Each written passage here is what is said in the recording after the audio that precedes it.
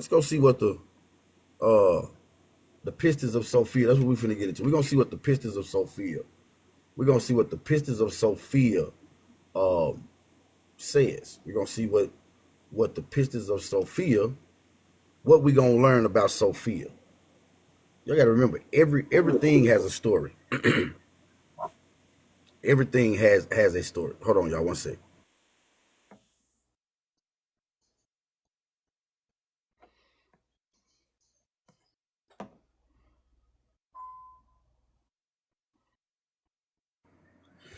So, that's the name of the book. Yeah, all you had to do was ask. I would have told you that. Now, if I can't tell you, I'm gonna tell you I can't. But but no, this ain't no. This is information everybody can get. It's the Pistis Sophia. So we're gonna see what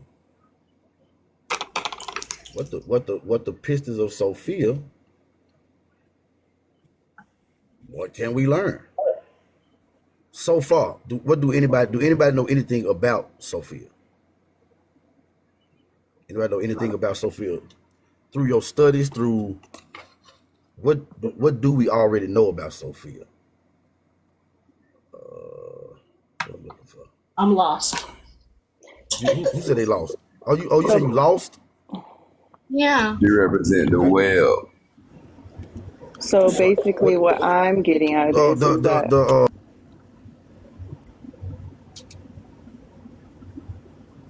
I'm sorry. Go ahead. Can you hear me? You said basically? Yeah, I can hear you. What you said? I'm sorry, Miss J. Okay, no, it's okay. So basically, what I'm understanding is that there was an essence that was only thought and silence, and out of that emerged Sophia, who had a creative impulse, who wanted to know the depth of creation. She wanted to know. And in that creation. thought, she manifested, right? Yep. And that thought is where she manifested the demiurge. She brought forth she brought forth the demiurge. She brought forth that clown, the one that told everybody to call him God. That one. So it's basically like her son. Yeah, we would be her grandkids. What was your question, TV10, before I get into it? What was you can come up here and ask your question. And then Miss Lux, tell me what you confused about so I can catch you up. It ain't gonna take long. Okay. What's your question, TV? You can come on up here.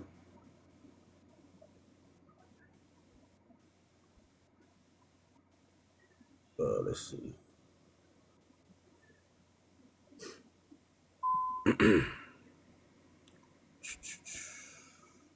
So somebody asked the question, what does pistis believe mean? I think I saw that. Pistis, the pistos means it's another word for faith, belief, trust, confidence, all of that good stuff. TV10, how you doing? What's your question? Oh, you already answered though, G. I was asking for the name of the book. Okay, Yeah, that's what I okay, was saying, but you feel me? You were reading, and I already asked. But I got it now though. Oh, you already got okay. So I answered the question before you labeled and asked the question. Yeah, you answered. I bet. Thank you, sir. Miss Lux, where in this are you scratching your head? Yeah, she has is there like a geographical area that this is taking place in? Yeah, it's called the primordials. It's called the heavens. It's called where energy resides. It's called everything that's above everything. It's not a per se a place you can go visit. Well, technically you can, but still. But this story happens. The story of Sophia happens before creation. Okay. Yeah. Story of Sophia is before Sophia's. They literally in the void. That's why she can look out into it. Yeah, they in. Well, see, they even believe it or not, they actually above. They actually the void is a part of them. So yeah, right, right, right. So that's why she's able to, like he said, look out um into where it goes. Hold on. That's why she's able to look out into the void. Correct. There you go. Okay, that's better. So this is the Pistis of Air again. Thank y'all for being here. Tap the screen. I need everybody's email address. I need y'all to get in my DM and send me y'all email address because I'm gonna be um doing because I didn't gave a lot of information, and so what I'm gonna be doing is, and I'm more than likely it's gonna happen Friday. I'm gonna do the lesson or the class. I'm gonna do it on freaking Google Meet because I want to show y'all. I want y'all to see, and I got the whiteboard where we can all make sure our graphs and everything is on the same page. Make sure we making our own Bible because ain't nobody teaching it the way we getting it. So yeah, this is it's not a Bible, but that's the best way I can explain it. Any more questions, Miss Lux? Go ahead before I get into it.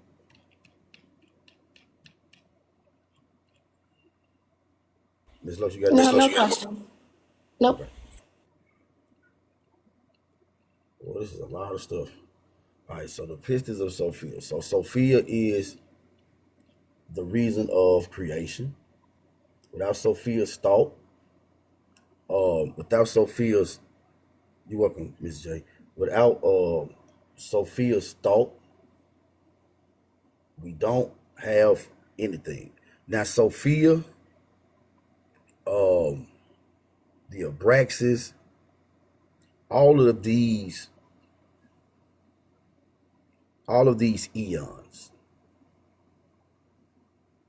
Benjamin, huh? All of these eons, all of this is before creation. So this the first book of Sophia says, let me see.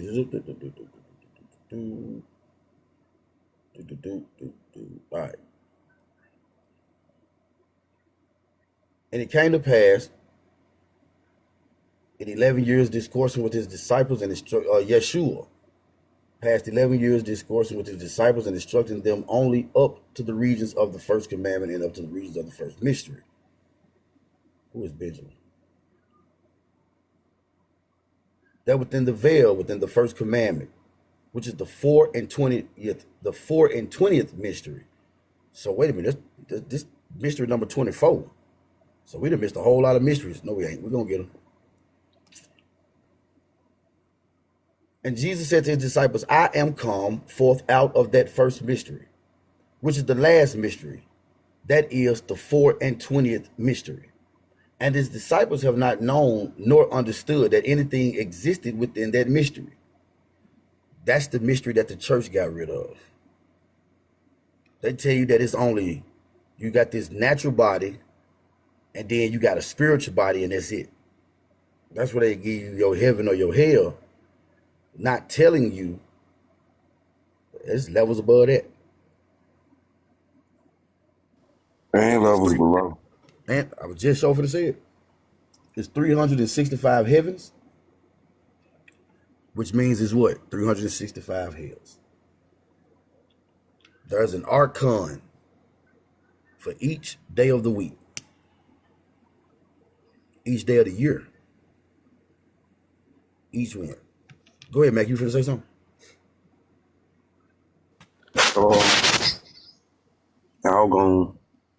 I was just gonna tell you who she is in some other places right quick. Go ahead. She's Sophia as the web, like the web of reality. She is definitely that. She is reality. Yep. And on that web is everything. Everything. Mm-hmm. And like she let me see. In some other places, it called her Nuit, Yep. He's saying but the that web, don't. y'all. He's saying the web of creation. Web. Yeah, WEB. Web of creation. Because she is. Think about a spider's web. Spider web is all over the place, but it's all at the same time. It's very intricate. Intricate. It's all over the place, but if you think about the silkworm web, right? mm-hmm. The silkworm, they web like it's sort of like it ain't just it ain't just flat. I can tell you that. You know, and it's like a whole world in there. Yeah. It's definitely amazing. What you go into a web. Go ahead and finish naming it And I was gonna say Nuit in like when you looking in Egyptian culture, but Egyptian culture didn't explain it didn't explain to them everything that she was. It only explained her as like sort of like the sky. right. Because they want to eliminate. But see, one of the reasons why, or one of the ways, hey Divine, my apologies, I forgot but one of the ways that Sophia constantly gains redemption. So those spiritual spiders you see after having a vision, etc., everything is Sophia. Everything is Sophia's presence.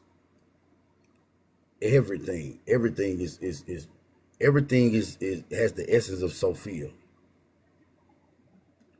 our grandma. Technically, she's our grandma. So, uh, was you done, Mike? I ain't want to cut you off. Was you done, Mike? Nah, you, Huh? nah, you got it. Go. Okay, appreciate it, bro. It says that Jesus said to his disciples, "I am come forth out of that first mystery, which is the last mystery. That is the 20th, the 4 and 20th mystery. And his disciples have not known or nor understood that anything existed within that mystery, but they thought of that mystery that it is the head of the universe and the head of all existence. And they thought it is the completion of all completions. When I say everything, the only thing that's outside of Sophia, if we was to do a chart, your chart would have at the top, you would have source, the one, um, calling it God is almost it's almost not almost, it's very disrespectful because it's bigger than that. But you have in so if you would do a graph, you'll have the one up top. Out of the one emanated the two eons. Everything come in pairs. Think about the movie. Mac, what was that movie? Man, you was talking about? I think man, you was talking about that movie. What was that movie, bro? When the they kept come with Will Smith when he kept trying to figure out how did he know the lady, and the lady had the same strength that he had, and she was like, I think that was Hancock. Hancock. That was it. Yeah, Hancock. That's it. Remember, she said that we come in twos. We all come in pairs. We all come in pairs. Hey, lots. So on your graph, you will have the one. You would have God. Now the emanation that comes out of God is Sophia and Logos. All right, Sophia and Logos. But instead of Sophia and Logos branching off together and creating again, you just get one create, or you get one deviation, and the deviation is from Sophia's side itself. Thank you, Ms. J. The deviation is from Sophia's side itself. So the moment that Sophia looks out into the void and wonders what's out there, two things happen. two things happened. The Abraxas, and the spirit world. Because it was nothing. Remember, she looked out into the void. She looked out into the void. Not really look, but we know we have to put it in a way. But she looked out into the void, and only the simple thought, because everything comes from thought, the simple thought of, I wonder what's out there, boom. Now we got Abraxas, we got spiritual. So watch The Shack on Netflix. You probably won't believe me if I told you I don't even really watch TV. For a lot of reasons. Yeah, I don't even really watch TV. Because I do a lot of teaching, so I don't be wanting something when I'm writing out these lessons. I don't be wanting to say something that's already been said. That way I know for a fact that what's being penned is authentic and it comes straight from God. Y'all know, hopefully I ain't got to explain that we God. So basically my higher self. So, all right. So Yeshua talks to the disciples about the things above the spiritual. Because there's things above the spiritual. And moreover, Jesus had not told his disciples the total expansion of all regions of the great invisible. The great invisible is God, source. And the total expansion of all regions of the great invisible and of the three triple powers. Do anybody know what the triple powers is?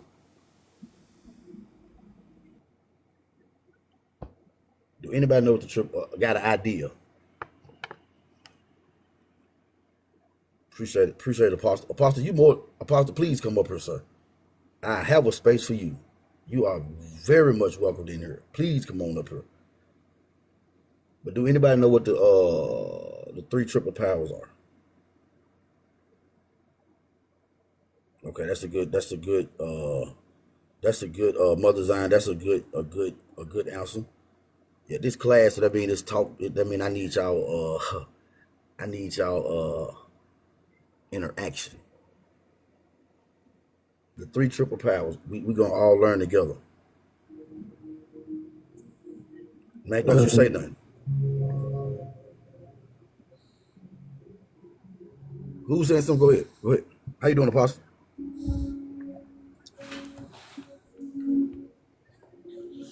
I was gonna say maybe the three triple powers would be I guess thought, wisdom, and temperance. Good guess. The answer is when I give it to y'all, I can be like, oh shit, okay, that makes sense. The three triple powers of the invisible: God the Father, God the Father, God the Mother, God the Holy Spirit. All of my emanations. The three triple powers. Adam plus Eve, Adam and Eve equals self. Triple power. That's the triple power. Apostle, how you doing, sir? I'm doing well. Can you hear me? Yes, sir. Yes, sir. Yes, sir. Well, God bless you. Thank you. I know that you're on a different levels of teaching, so I'm just sitting in, just listening in. That's all. Yes, sir. Yes, sir. Just sucking up what you got. So Yes, sir. you got. Yeah. I'm fine just like I am. Yes, sir. Yes, sir. Thank you. Yeah. Yes, sir. Thank you, Apostle. Dooley, father plus mother equals child. Make sure we use the right and I know it maybe seem like it's nitpicking, but we want to make sure you want to make sure you hitting you don't want no shortcuts. Because just like you can be awakened, there's also a such thing as a false awakening. There is a such thing as a false awakening. So that's why we want to make sure we hit every step, and we want to make sure we don't We want to make sure we don't miss a step. We want to make sure we don't shortcut, because we ain't doing no but shortcutting ourselves. That's all we're doing. And we don't want to shortcut. We don't want to shortcut ourselves. We've already been if we've been 1,000, we've been shortcutted enough. So we're not finna keep shortcutting ourselves. So Yeshua told me, he said, I am come forth. He said, I am come forth from that mystery for this cause. Then they thought of the mystery that it is the completion of completions, and that is the head of the universe. And it is the total fullness. For Jesus said unto his disciples, that mystery surroundeth that universe of which I have spoken unto you from the day when I met you, even unto this day. For this cause, then the disciples thought that there was nothing within the mystery. So again, the church don't teach us that. The church don't tell us, you don't know nothing about Sophia. And the church told you that the Holy Ghost, the Holy Spirit, was or God was God Father man, Jesus was God man, and the Holy Spirit is God man. And the words of Forrest Gump.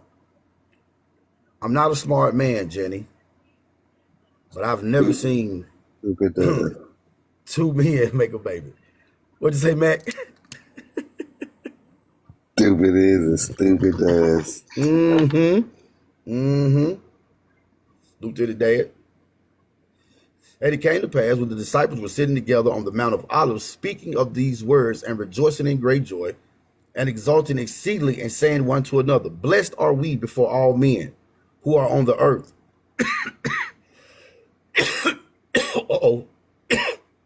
Because the Savior have revealed this unto us, and we have received the fullness and the total completion. Stop. No, they didn't. Remember, I talked to us about being called and being chosen.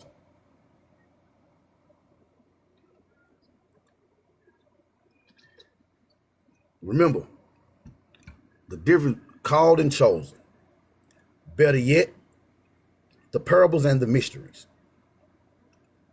Yeshua gave the disciples the mysteries of the kingdom. The disciples were the ones chosen. The ones that was chosen were the ones that Yeshua walked up to directly and said, drop your net and I'm going to make you follow me. I'm going to make you fishers of men. You follow me. The ones that were called were the ones that heard about a man named Jesus. Yeshua. What's up, Divine? Those were the people who came and they heard about the teacher, the miracle worker, Yeshua. Those were the ones who got the parables. But be careful, watch this. Just because you are chosen, it does not mean that you necessarily get what the mystery is. I say it again. Just because you are chosen does not mean that you get or understand or interpret the mystery correctly. What do I mean? The disciples spent more time with Yeshua than anybody. But we saw last night in the Gospel of Judas, that when he walked up to them and they were praying, he laughed at their ass and told them that you're not doing it because you want to, but you're doing it because it's through this that your God gets praised. How do we know the disciples did not get the mystery? Because they looked around and said, ain't you the son of our God? Yeshua got mad at them and said, man, y'all don't know me. That's got to be frustrating to sit there. Appreciate y'all for the gifts. That has to be frustrating to sit there and give these folks the mysteries and still they miss the point. So just because you gifted, just because you chosen, just because You may be able to do this and do that. You still can miss the mark. You can be given the mysteries, and even though you given the mysteries, you still think like the ones that's getting the parable. He told us, he said in John 8:42, ye are of your father, the devil. Now, we go and we look at the beginning and we find who the liar was that he was calling the devil. Hey, JP, people don't realize it or acknowledge it. And now you're doing the same things that the disciples did, because the disciples have really, if they really would have known and understood the teachings of Yeshua, religion, Christianity would not be in existence. That was the dream that he interpreted for them. He interpreted the dream when they told him that there was a lot of people, 12 guys stood in front of the altar and they invoke your name. And Yeshua said, yeah, it's a lot of things that's being done. There's a lot of fruitless trees being planted in my name.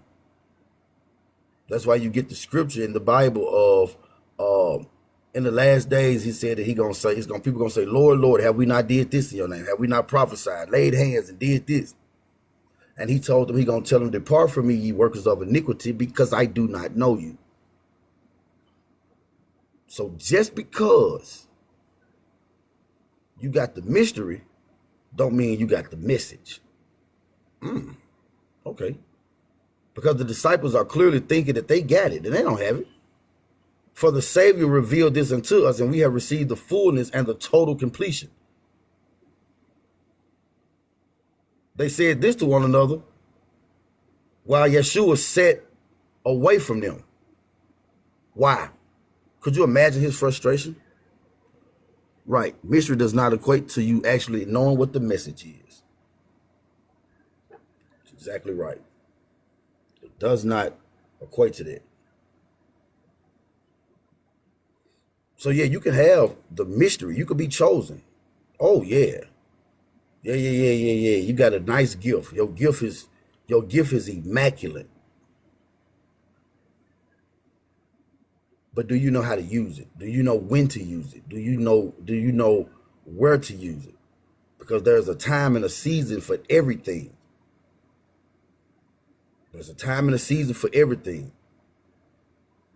Just because you gifted, it could be the right thing at the wrong time.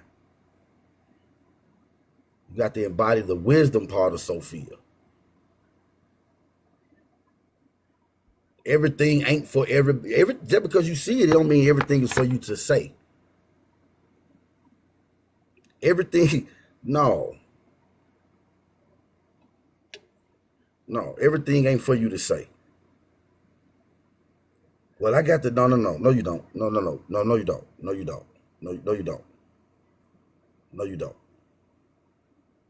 Practice wisdom. You got to practice wisdom. So yeah, you can be chosen. Chosen. You can be chosen and still be walking down a path of destruction. You could be having the mysteries and still be walking down the path of destruction. Questions?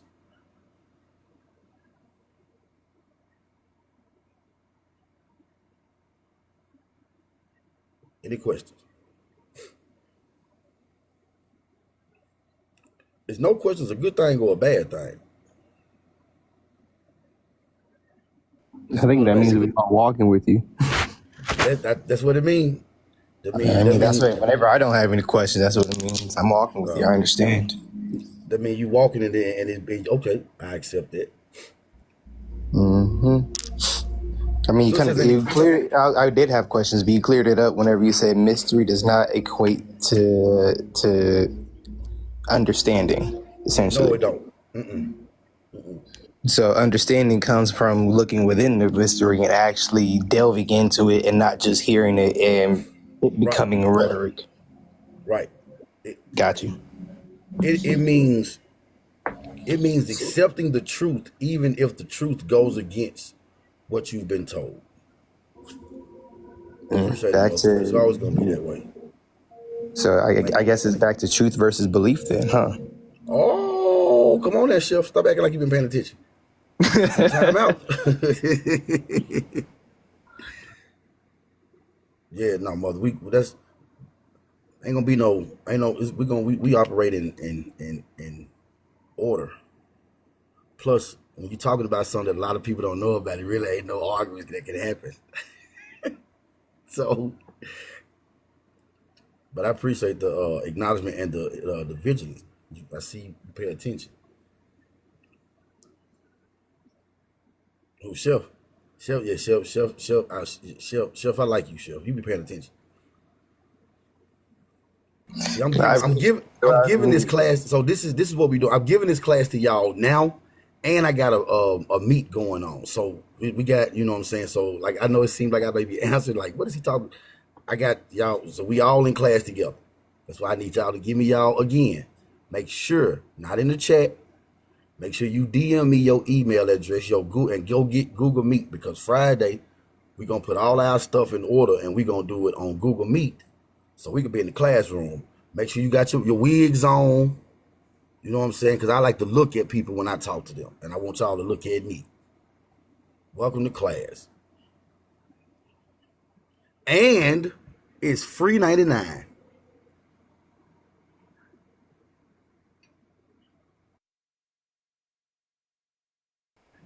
I got you. I'll be sending you my email. Oh, we also got to talk about that other thing too. What's that? Remember you talking about Grandmaster going on tour pretty soon? Oh yeah. You definitely need to inbox me. Yep. Yes, sir. Yep, you definitely. Yep. You definitely did inbox me. So it says that it came to pass then on the 15th day of the moon in the month of Tabi, which is the day on which the moon is full, and that day then, when the sun had come forth in his goings, that there came forth behind him a great light power, shining most exceedingly. And there was no measure to the light conjoined with it, for it came out of the light of lights. That was a bright ass light. God damn. For it came forth out of the light of lights, and it came out of the last mystery, which is the 24th mystery, from within, without. Those which are in the orders of second space of the first mystery. And that light power came down over Yeshua and surrounded him entirely while he was seated, and it removed him from the disciples. So what just happened? I'm gonna tell y'all what just happened. I'm gonna tell y'all what just happened. All right.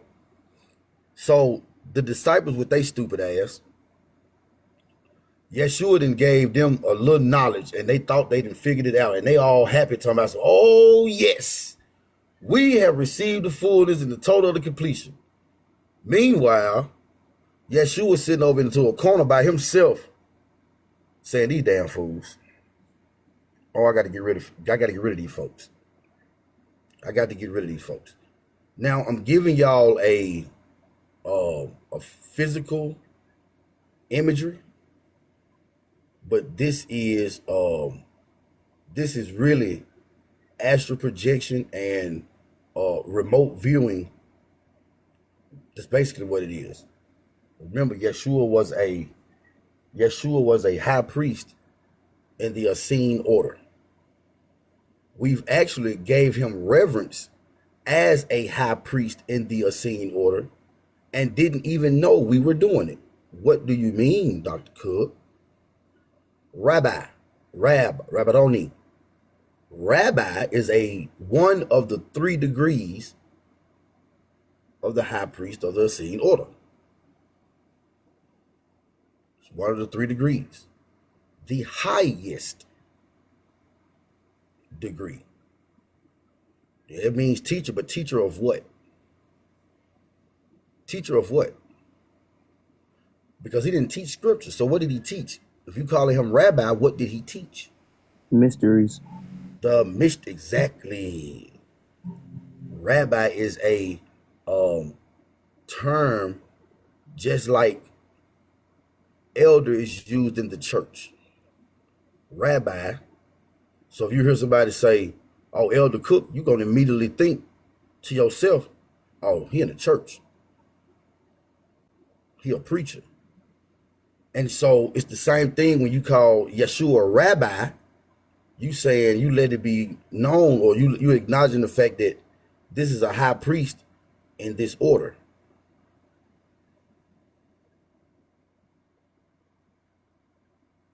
I was about to say something, but I can't. So I have to think for you. But the president, you know what? So when you say rabbi, so we've sat there this whole time and we've constantly read it and we've said it, not knowing that what we calling him and what we saying he is doing is two totally different things, because Yeshua was against temple worship. And so what happens is the disciples are sitting there and they thinking, oh, he done told them something. They sitting there high-fiving each other looking stupid. And what happens is the light comes where Yeshua comes from. Comes and says, hey, man, let's roll.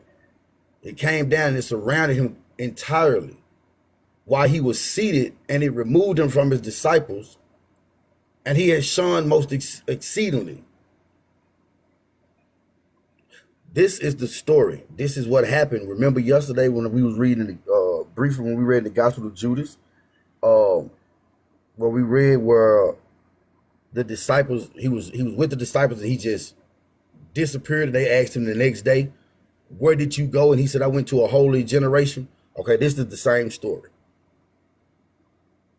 This is that story. The Gospel of Judas was saying it from that POV, and now we get another POV of the same story. Any questions?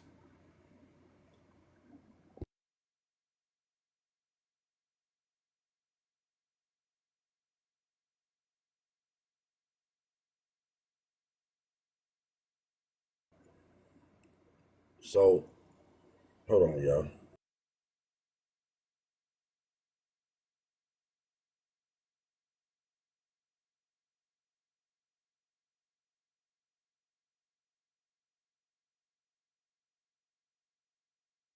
Right, Chef. Right.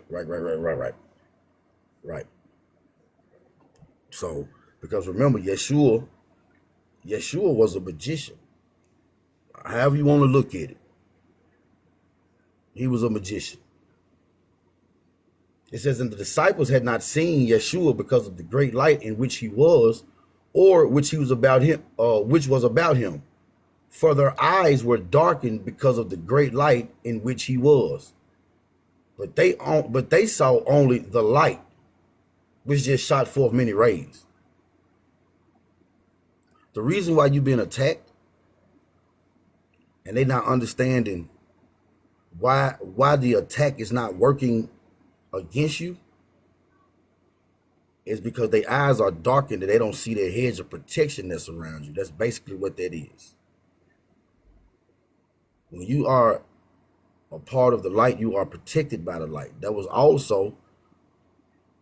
That's one thing that you always find, whether you read it in Apocrypha texts, which are Old Testament books, whether you read it in the Nag Hammadi texts, which are those Gnostic texts or those Christian mystic texts,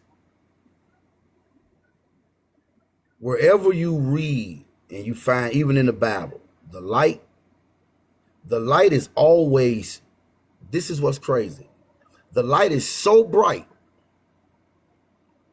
that people with the wool over their eyes, or people whose eyes are darkened, they can't even see it. Think about that story of Noah, serving fear and slave, but yet you got some other people who were, don't do it, Mac.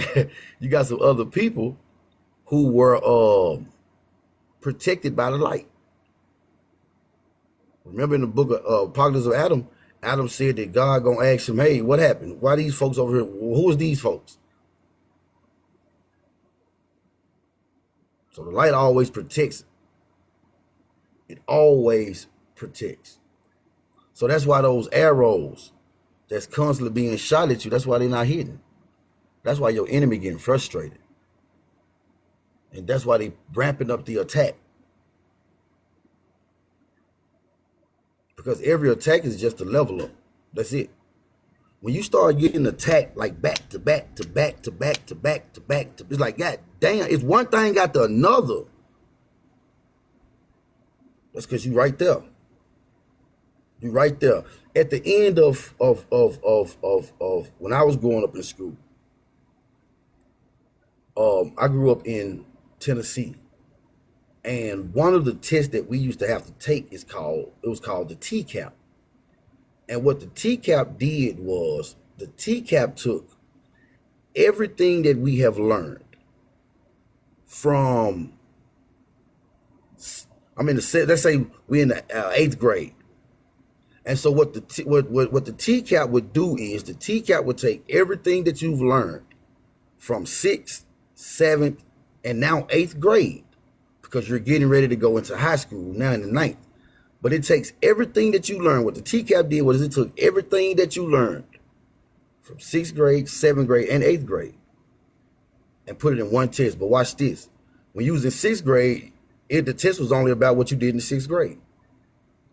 When you got to the 7th grade TCAP test was what you learned in the 6th grade plus what you learned in the 7th grade. And when you got to the 8th grade, the TCAP test was what you learned in the 6th grade, what you learned in the 7th grade, and what you learned in the 8th grade. So the reason why your test seems so hard is because the test that you are in now is everything that you've learned from this point to this point to this point to this point. It's everything in one. Because you already passed it when you was in the 6th grade, you passed the 6th grade test. When you got to the 7th grade, you passed the 7th grade test because you was able to go back and do 6th and 7th. Now, it's not, they didn't say it on the package, but it would be questions that would be, 6th grade, thrown in there. And when you got to the 8th grade, the only thing that should have been a challenge to the 8th grade test, and it even shouldn't really shouldn't even been a challenge. The challenge, nope, it shouldn't have been no challenge. Because what you learn in the 6th and the 7th grade should already be ingrained in your mind, in your brain.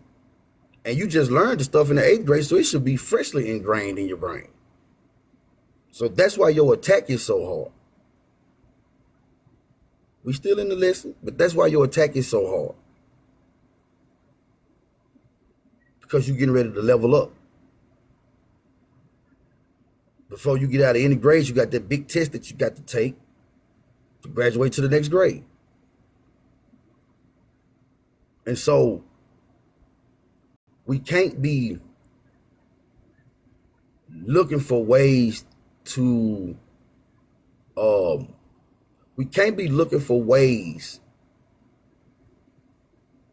make the test easier. We can't be looking for ways to get out the test.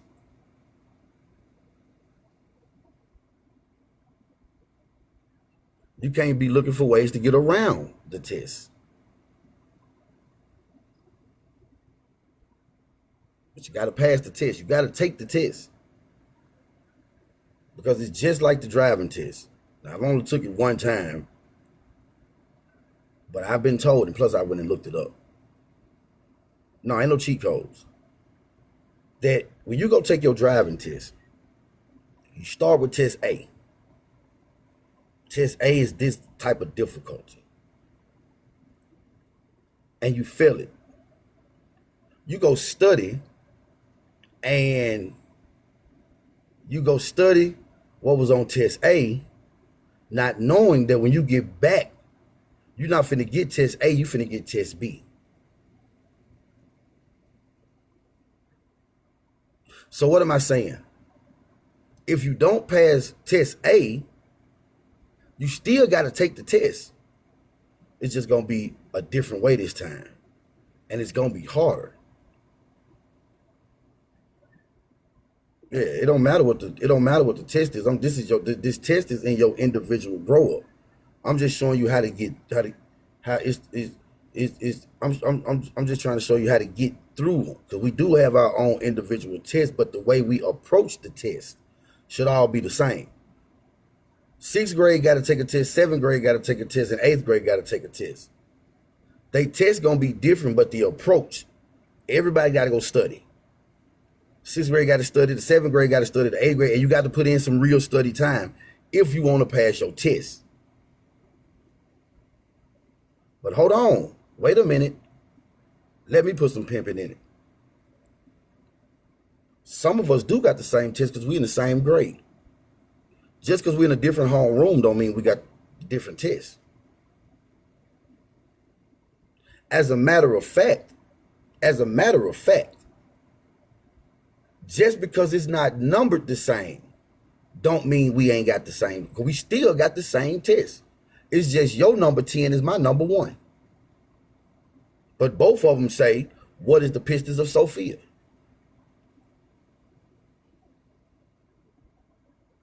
Am I making sense? Y'all follow me? Y'all follow me? Have I lost anybody?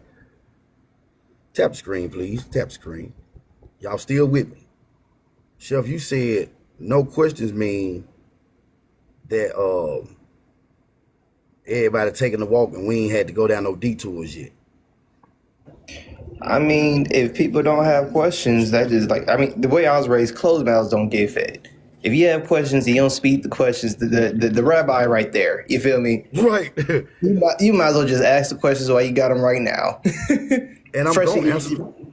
Right, just for clarification. Like, there ain't no point in like trying to walk with you and then getting like stumbling every other step. It'll be one thing if you're arguing with them. It's a whole different thing you're trying to learn. Right. That's why I said, Chef, I'm gonna start putting who I am with my prompts, because now you see you talking to somebody for real. That way we gonna cut all that arguing out. We're gonna cut all that out, like you said. It's a difference in asking a question and trying to discredit something you don't even know existed. So you could be chosen and still miss it. Don't be like that. Don't be like that. And it came to pass when that light power had come down over Yeshua that it gradually surrounded him entirely. Then Yeshua ascended or soared into the height, shining most exceedingly in the immeasurable light. And the disciples gazed after him, and none of them spoke until he had reached into the heaven. But they all kept in deep silence. This then came to pass on the 15th day of the moon, and on the day in which the full moon in the month of Tammuz. Yeshua in Hinduism, or the Buddhist Tibets, they don't actually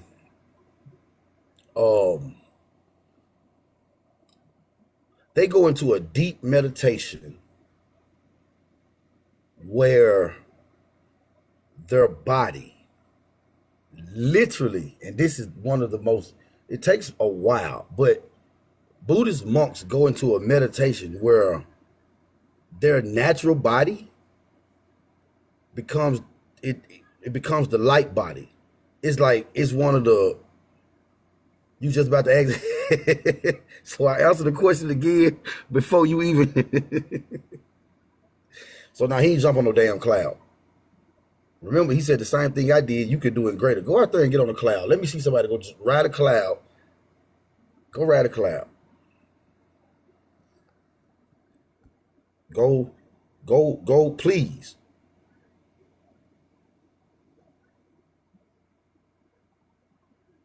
Go, ride a cloud.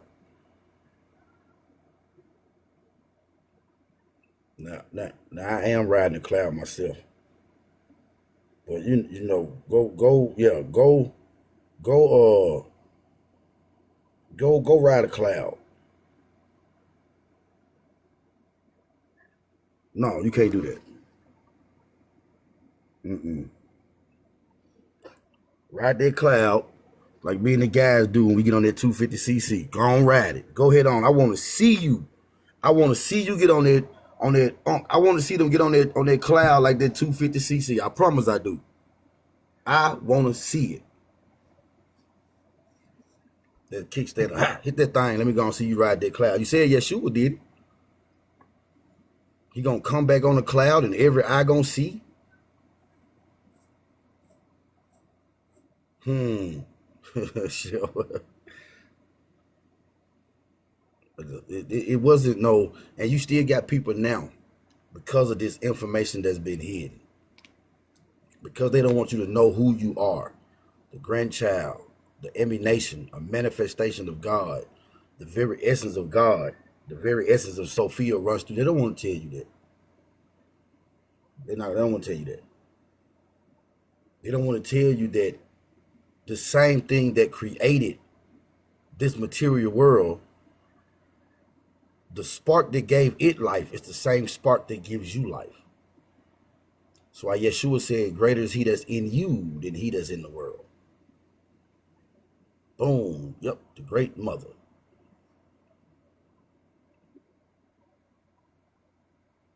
You got something greater inside of you.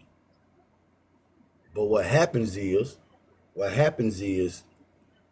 or what has happened is because people want to control.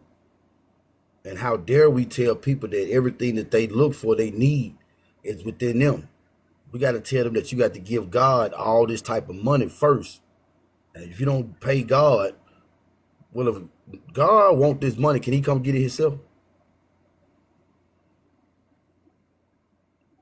The breath of God, the breath of Sophia was the breath of God.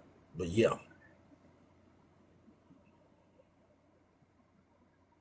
Yeah, they're not gonna tell you that it's within you. They're gonna tell you that if you don't give God 10%, that you gonna your money gonna be cursed and your pocket's gonna be cursed. And will a man rob God? And you robbed him with this. What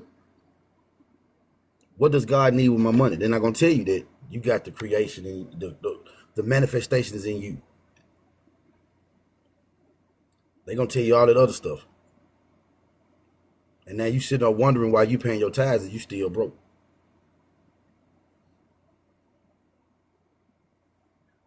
You know why you still broke after paying your tithes?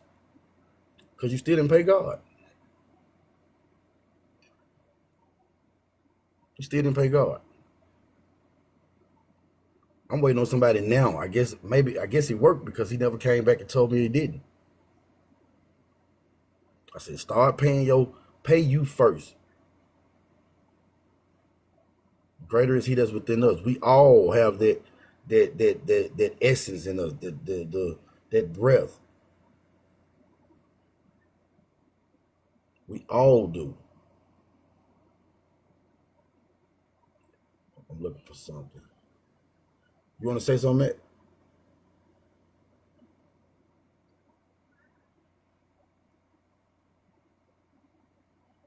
Where'd it go? Go ahead, Matt. You want to say something? That's not what I'm looking for. Okay. So, Sophia's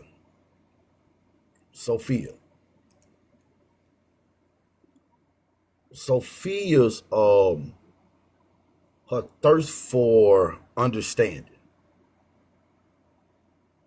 led her to peer beyond the limitations of her celestial abode. See, again, Sophia did nothing wrong. All Sophia did was, Sophia just thought. She was curious. The very thing that's demonized. Remember, don't ask no questions. So Sophia didn't have harmful intentions. Yeah, you see why in that, don't you? Because the church can't speak on this because Sophia is the reason for creation, and the Abraxas is the thing that God is afraid of. Mm-hmm. So drawn by Hold on, y'all. 1 second.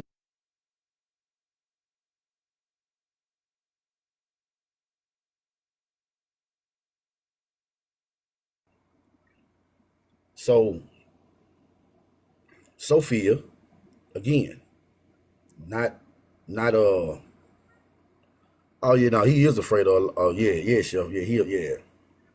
Why would God be afraid of the Abraxas? Because the Abraxas is above. The Abraxas doesn't live within the realms and rules of us. The Abraxas is actually looking down on creation. The Abraxas is the thing that's above creation. It's the thing that's above creation but below the heavens. Yep, it's above all of that material, whether it's the spirit, all of that is above all of that. Naturally, it's us, the archons or Yaldabaoth. That's the spirit realm. Fact, chef. Well, you know he didn't know everything because he asked Adam where you was at. Adam, where art thou? And who told you was naked? Why you got to ask questions? Don't tell me it was rhetorical. Don't tell me that because that's not what the story don't say. It was rhetorical. It said God was looking for that food. So Sophia, drawn by a call, as irresistible as gravity itself, Sophia, she set her gaze upon the lower realm. She was just wondering what was out there. What was out there in that? A domain that's is that chaos? What is that? This was no arbitrary wanderlust, but it was an inexorable pull toward the living, pulsing the heart of the unknown. All she was doing was she was on a quest for truth. She encountered the spectral shadows of despair, the obstacles that sought to bind her in the chains of sorrow.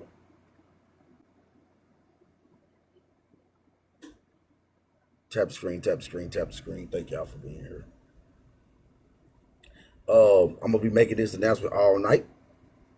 Everybody, make sure I get your email address, Gmail. Make sure you got Google Meet because we're gonna take our lessons a little farther, but I need to be able to interact with y'all, and I need y'all to be able to see. Welcome to class. Yep. Welcome to class. We're gonna get our spirit, man. I told y'all that we at the shop. We at the shop. Spiritual healing for oppressed people. That's what the shop is. That's where we are now. We healing our spirit, man. We getting back with us. We learning us. We're putting our focus on us, and everything that we doing now is all about knowing who I am, walking in my purpose. That way, if I walk in my purpose, destiny starts to take over. Because I'm aligned, I'm lining up with everything now. I'm no longer deviating from the course because I was trying to do it my way. Doing it my way is what got me in the position I'm in now. So sometimes I have to get in uncomfortable positions just so I can trust God. Because if I'm always comfortable, am I really trusting God? If I'm always comfortable, if I'm always familiar, if it's always the way that I see it going, if it's always the way that if it's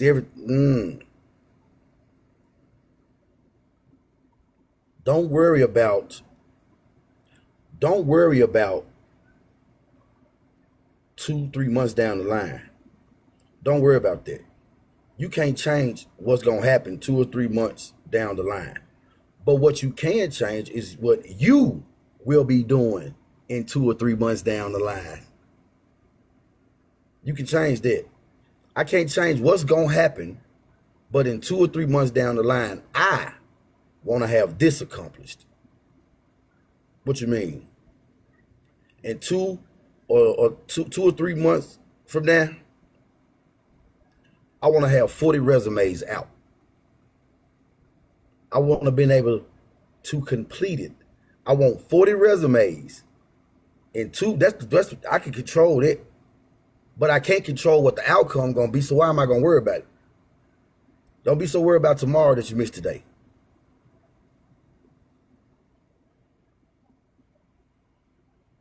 Don't be so worried about tomorrow that you missed today.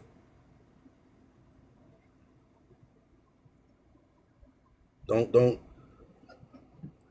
And I'm talking to everybody. I know this. We all here together.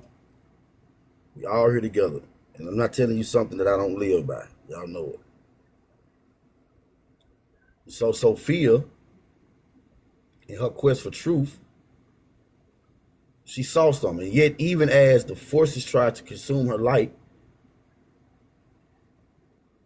the illustrious beacon by her faith of her own resolute spirit is shone. It's shone steadfast.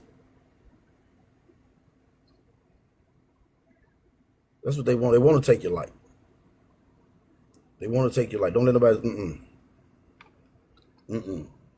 How do they take it? By the energy that you put into it. The energy that, if we saying that we believe in karma, if we saying we believe in karma, why we even worried about it then? They had that saying in the church: if you're gonna worry, why pray? And if you're gonna pray, why worry? Yeah. If you say karma gonna handle the business,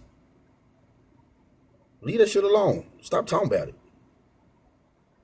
Because you giving it, the more you dwell on it, the more you're giving it energy and the more you depleting yourself. Hello, somebody. If I was in the church, I would say, hello, lights.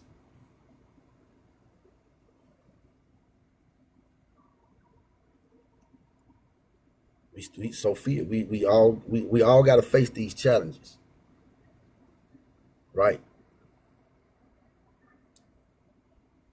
Envision this. Let's use our, as SpongeBob say, imagination. I got kids.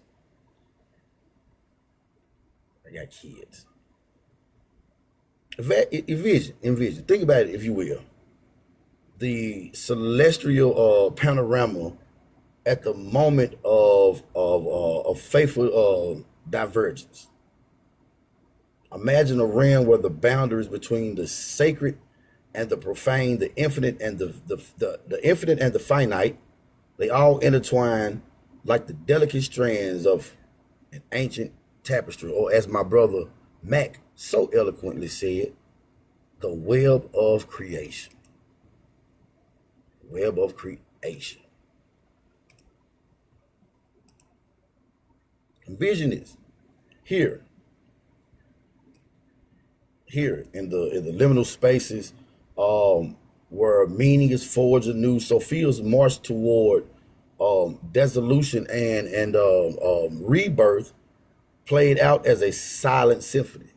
Everything was in silence. Remember, we ain't even in the material world, so everything is still happening with thought. And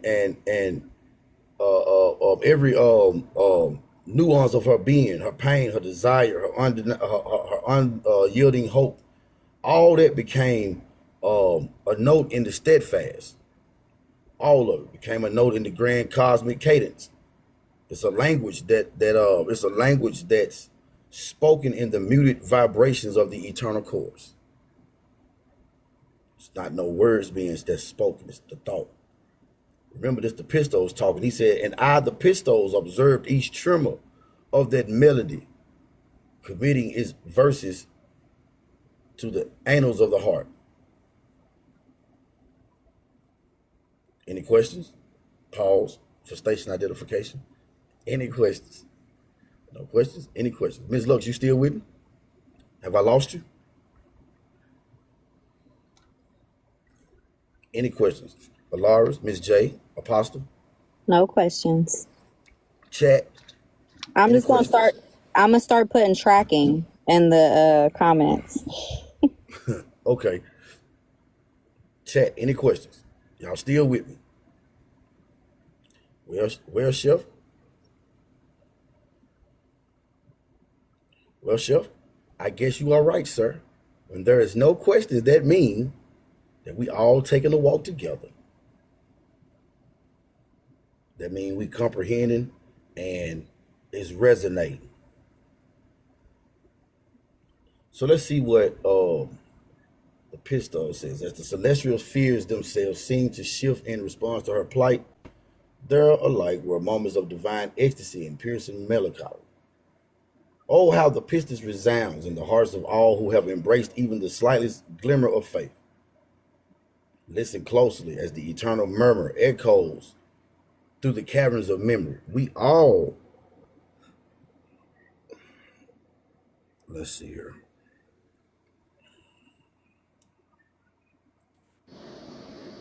What's up, sir? How you doing? Mr. Fact Straight, what's going on? Hey, what's going on? What's going on, man? I'm chilling. What's going on? Oh, nothing much. Just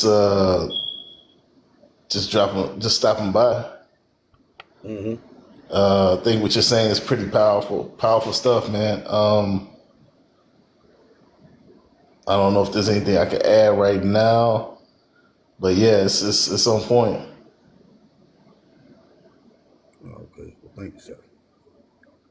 Thank you very much. Oh, how? I did have a question, but I'll wait till you Go ahead. finish. No. Please, by all means. Go ahead. No, I can wait. I'm patient. No, sir. I'm more patient. Go ahead. Your question is more important right now.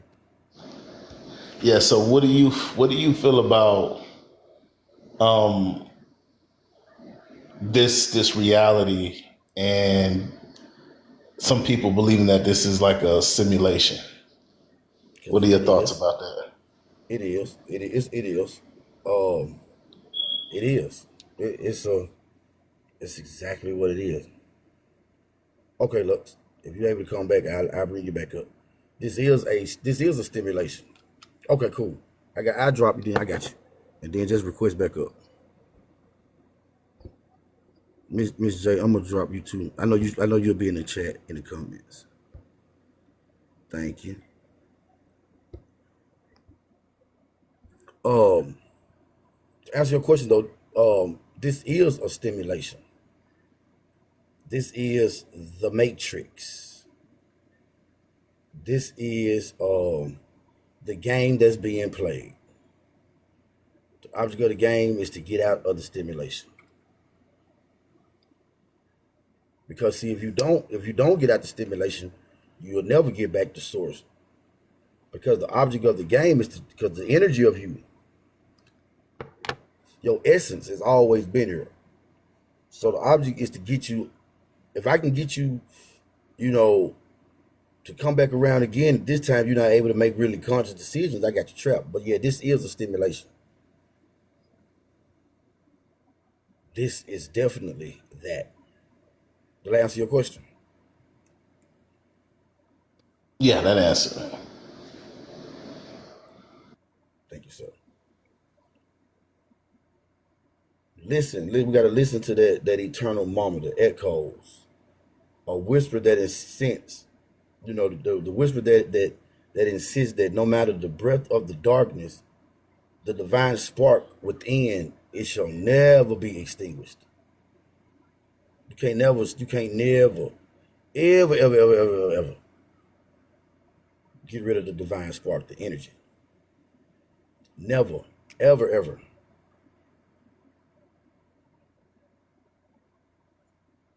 In your own self, you got to recognize the fractured beauty of your own soul, a beauty that, like Sophia's, is interlaced with both suffering and irreplaceable. The moments of joy. Know that every falter, every stumble upon the path of life, that's everything that it's not a mark of failure, but it's what you can call a necessary cadence in the grand symphony of destiny.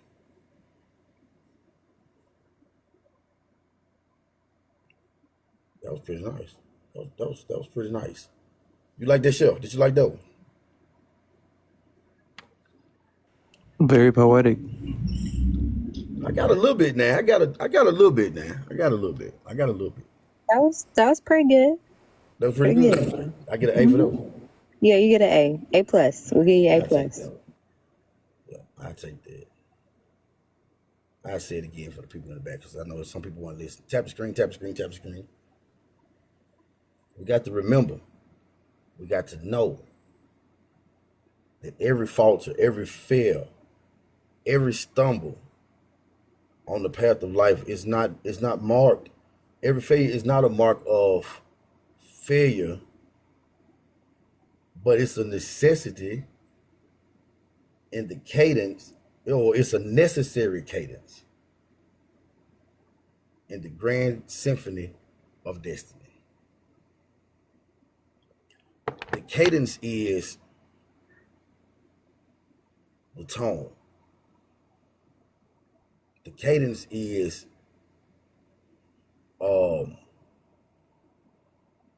it's the rhythm.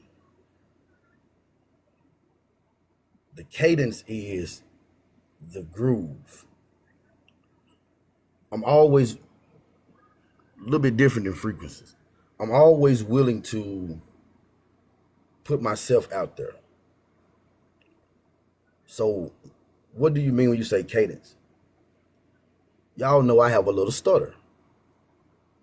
So, my stutter is part of my cadence. Now, it's not a bad stutter where you have to slap somebody in the back of the head to get the words out, but it's just a small one that I've always had, that I've become accustomed to, because it makes me, and I like it. I ain't gonna lie. But it's not, it's not one of those, like Bernie Mac said, he was fucking with. But so the cadence, the grand symphony of the cadence. It is the very act of it's the very act of stooping low that one gathers the strength to soar higher.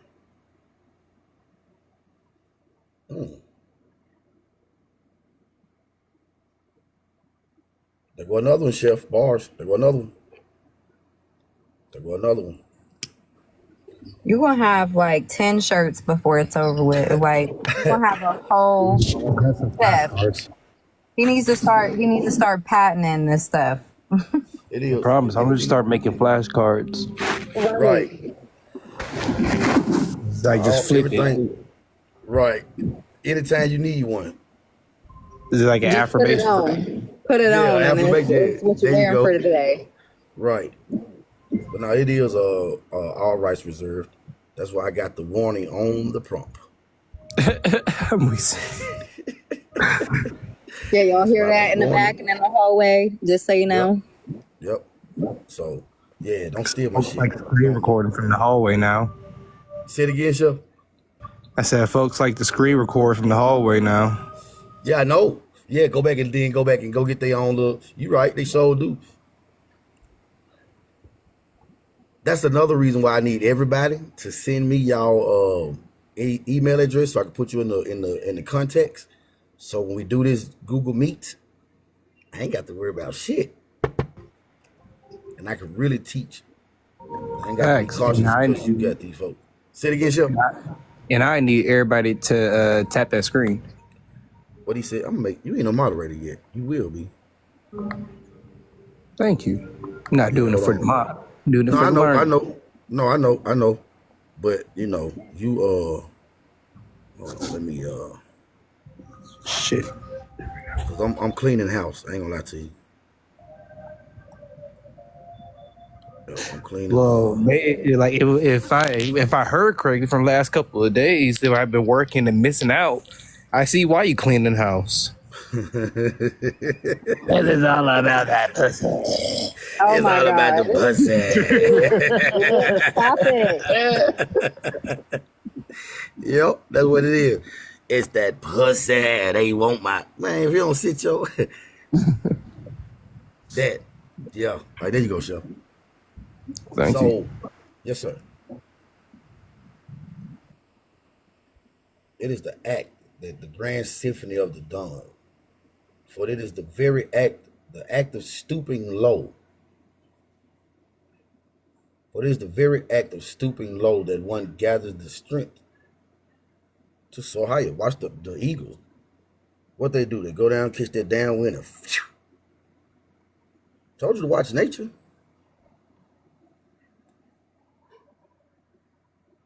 Is knowing that in order for me to reach the level that destiny needs for me to reach, I got to stoop low and I got to go low, the dark place, the place that I don't want to go, the scary place, the place that's going to make me really emotional. But it's once I go there and I stoop to that place that I gain the strength to go higher. You appreciate order now, but it's not until you go through chaos that you really, really understand, and have a deeper appreciation for order. What I mean? If I gave you $100, you probably look. If I gave you $100, you probably would take that $100, and by the time you get out my face, it's already spent. But if you got to work for that $100, you're going to hold on to it a little bit longer because you know the moment I break it is over with. It's not until you got to hit rock bottom. Thank you. You got to hit rock bottom in order to soar something. That's it. You got to. Because it's not until you hit rock bottom that you're able to appreciate the soaring. You're able to appreciate it. We always want to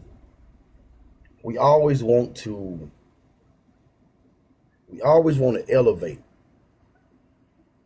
but we never want to do what it takes to elevate. Apostle, you'll be able to appreciate this analogy.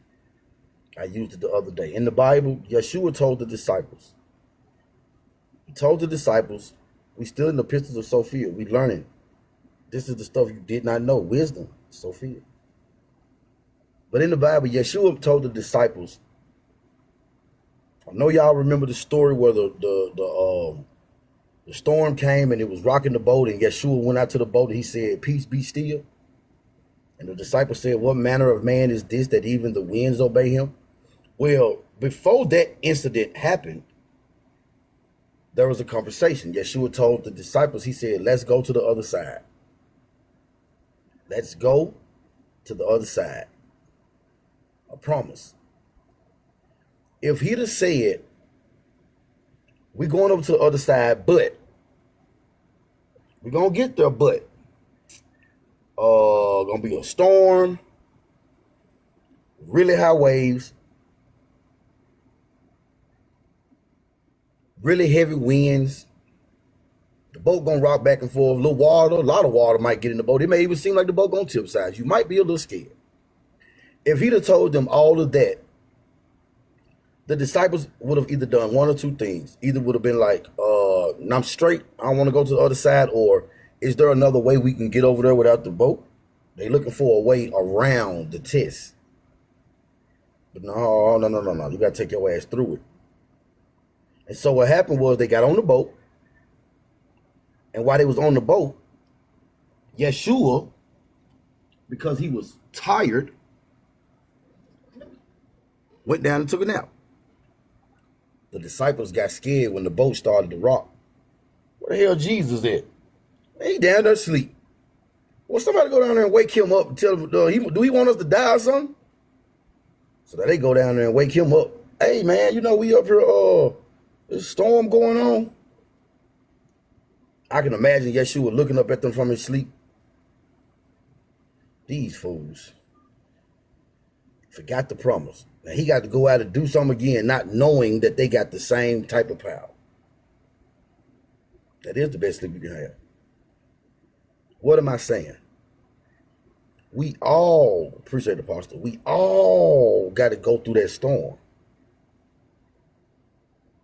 But there is a promise to get to the other side. It may look bad. It may look, but even though chaos is chaos, chaos is still divine, and chaos is necessary. In order to elevate, you got to face your own, and that's what Sophia had to do. Had to face her own mistake. You got to face, run it head on. I have people ask me all the time. In my dream, I'm always having this dream, and I'm always running from something. And I'm just, stop running. Turn around and go, because you're going to realize the only person you're running from is yourself. Stop and face it. But we are afraid to face it for whatever reason. It may be bad memories. It may be hurtful situations. But the best thing I ever did was facing the darkest part of my life, losing my pops. Yep. It may be not tapping the screen, Chef. You sure right. You definitely right. The hardest thing for me to do was to go to that cemetery and see my daddy's name on a headstone. That was the hardest thing for me to do. But while that was the hardest thing for me to do, while that was one of the most emotional things for me to do,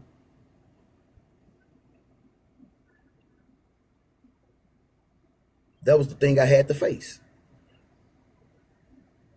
That was the thing I had to face. So you got to, because you can't move on until you face it.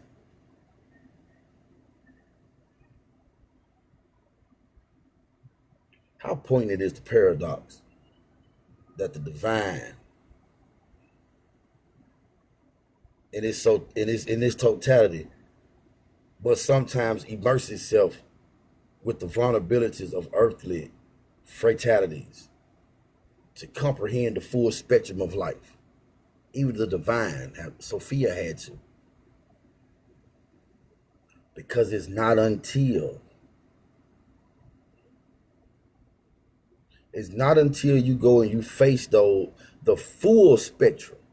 We always want to focus on the light part of it, but it's the duality, the yin and the yang. I want to face the light because the light brings me joy. It brings me this. It brings me that. Right, Jake? But I'm not going to face, no.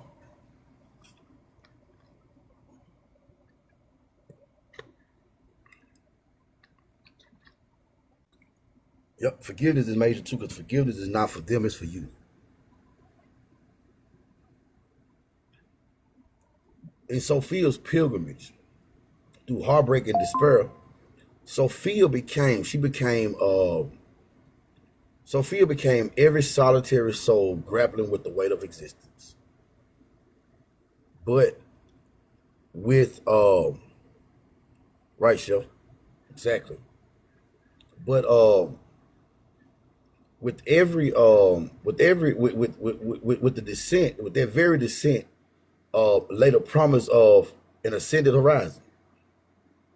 For every darkened valley is cradled by the eventual light. No matter how long it rains. No matter how long it rains. No matter how long it rains. The sun got to eventually shine. The sun is eventually going to shine.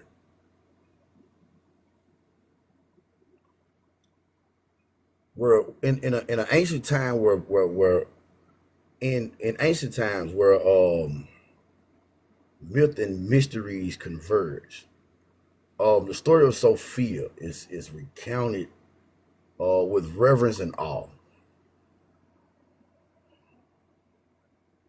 The reason why we have these stories of Sophia, of the Abraxas, is because that is who we are. We embody everything, the light and the darkness, the good and the bad, both aspects, the masculine and the feminine, both.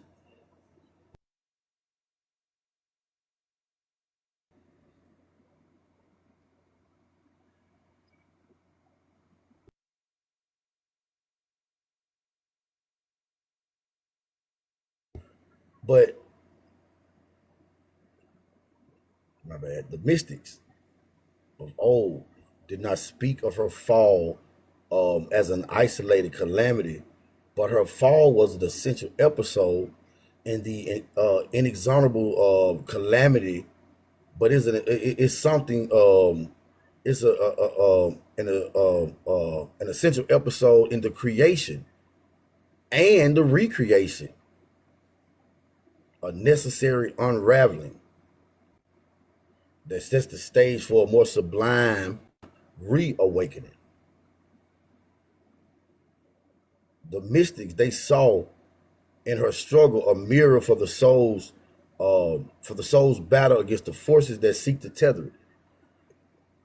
Doesn't the scripture say, "For we wrestle not against flesh and blood, but principalities and powers and spirituals, all that in high places"?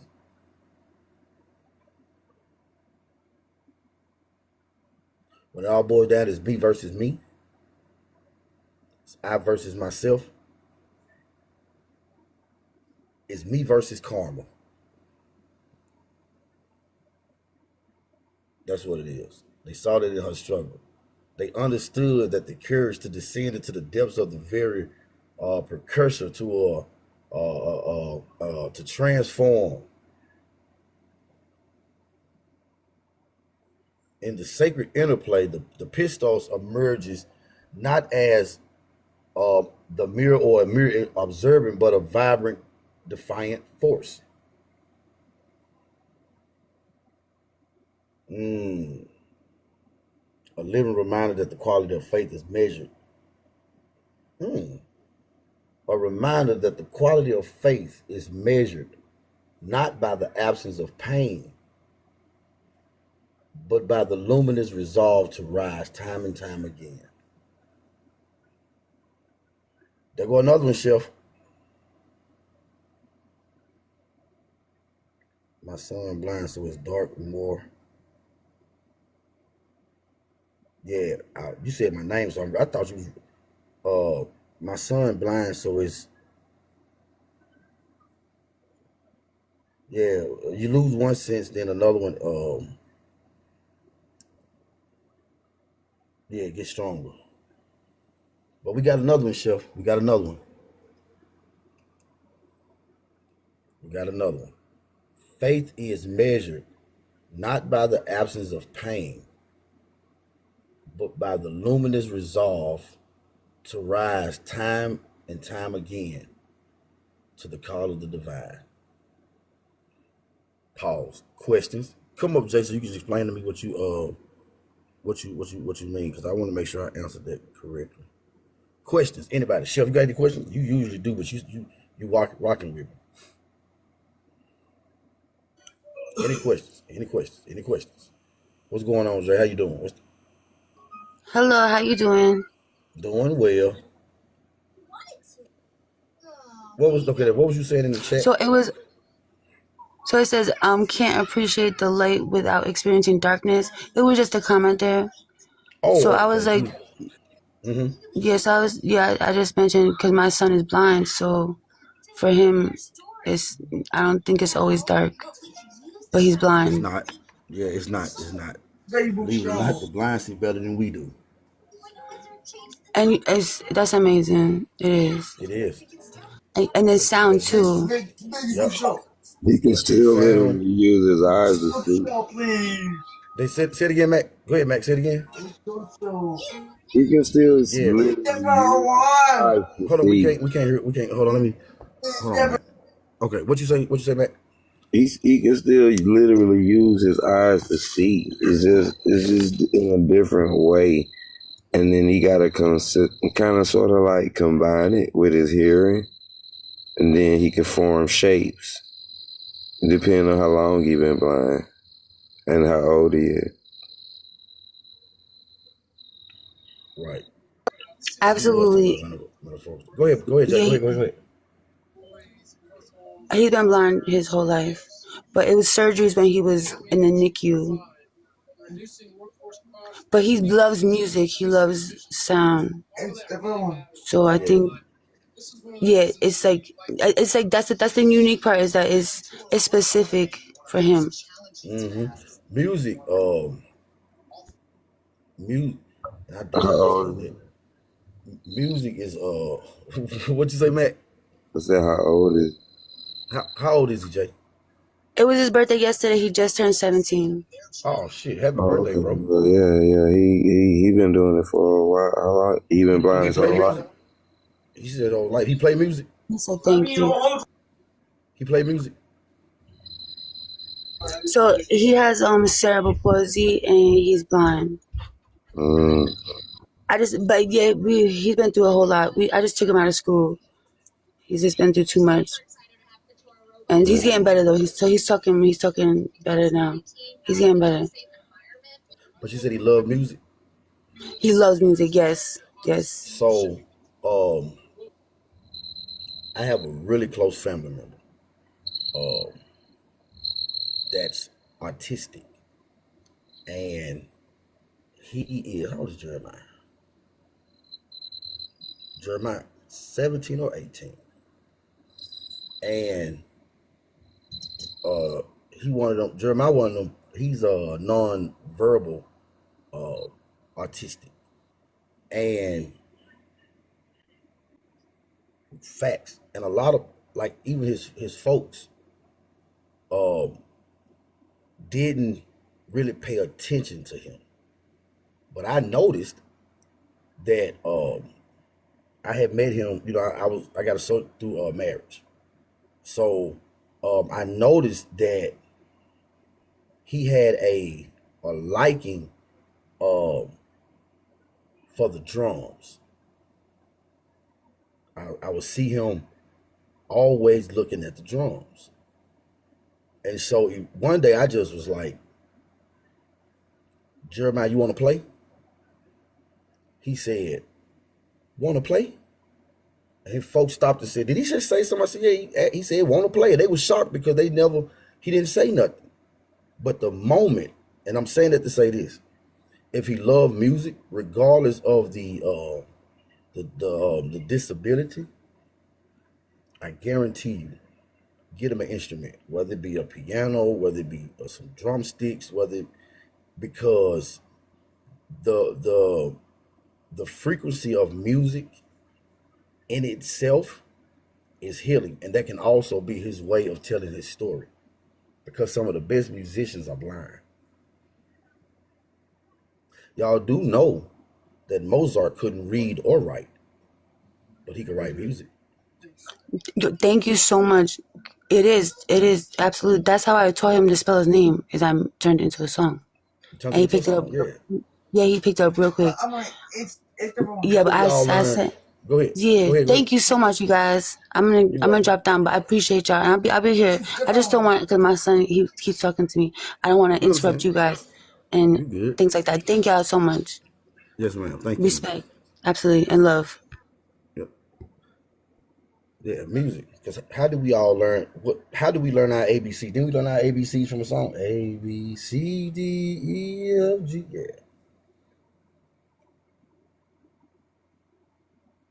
But Sophia, any questions? Chef, you got some? Mac, you got some? I'm just wondering if y'all getting this or not. It's like way more people, that could, say whether or not they understand or not. You ain't got to be. No, you can please. If you do not understand, that's why I ask. That's why I stop and ask questions. Mac is right. There is no I'm such tracking. thing as a stupid question. Say it again. I'm tracking. Oh, okay. There's no such thing as no such thing. The only stupid question is the questions that's not asked. Mm-hmm. Facts. Facts. Tap the screen.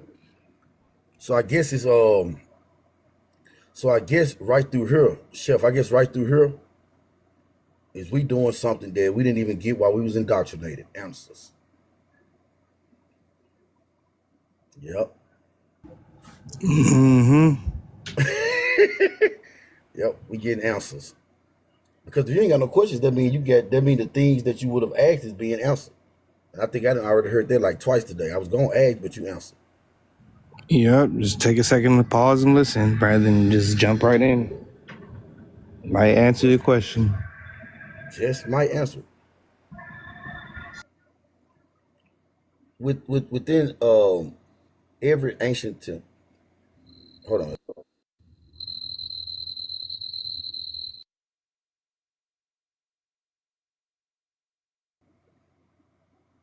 Within every ancient temple, every old whispered in the solitude of a starlit night, there lies the imprinted essence of Sophia's Odyssey. More about the logos? Yeah, I can go to the logos. The logos is simply her counterpart. The logos is the word. In the beginning, John 1 and 1. In the beginning was the word, and the word was with God, and the word was God. The logos is Sophia's companion. The logos is what Sophia created without. If she would have created with the logos in the beginning, then we wouldn't have had the demiurge. But remember the yin and the yang. The Sophia had to do what she did because of what Sophia did. Because of Sophia's actions, you get creation.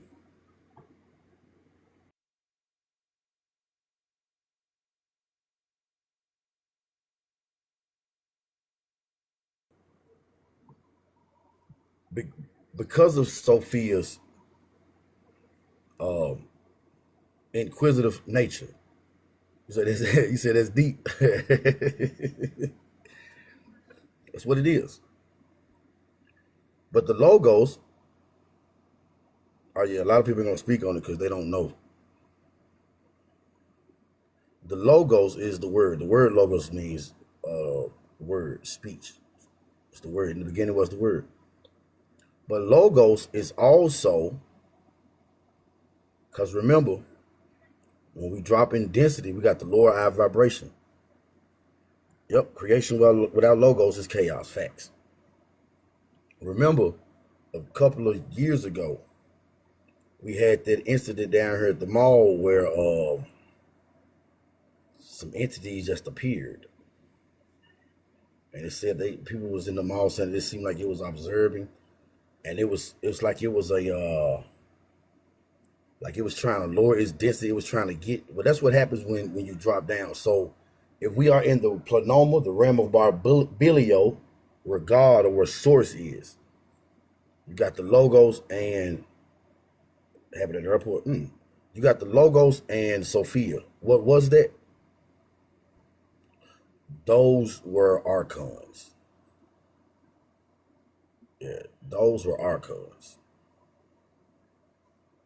Yeah, those were archons. hmm Those were the rulers of this world. Those were the ones that Yeshua said the God of this world. But the logos. So the logos is the word. When the logos drops in density, the logos in the spirit.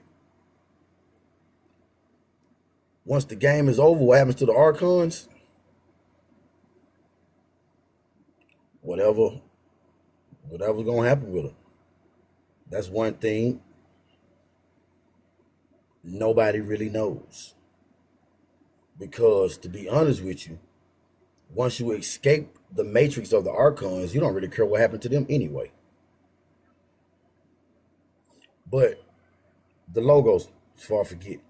So the logos, when you drop down in density, remember when we drop down, so from essence or energy, logos drop down into the spirit world, the logos now becomes in the spirit realm Lucifer, the light bearer, the bringer of knowledge. Now in the spirit world, logos is now Lucifer, the bright morning star. And so if he is logos in the heavens, he's Lucifer in the spirit. Well, who would be his natural manifestation? What would be the natural manifestation of boom? It would be Yeshua. Yeshua will be the natural manifestation of the logos. So who is Yeshua's counterpart then? What's Yeshua's counterpart name in the natural?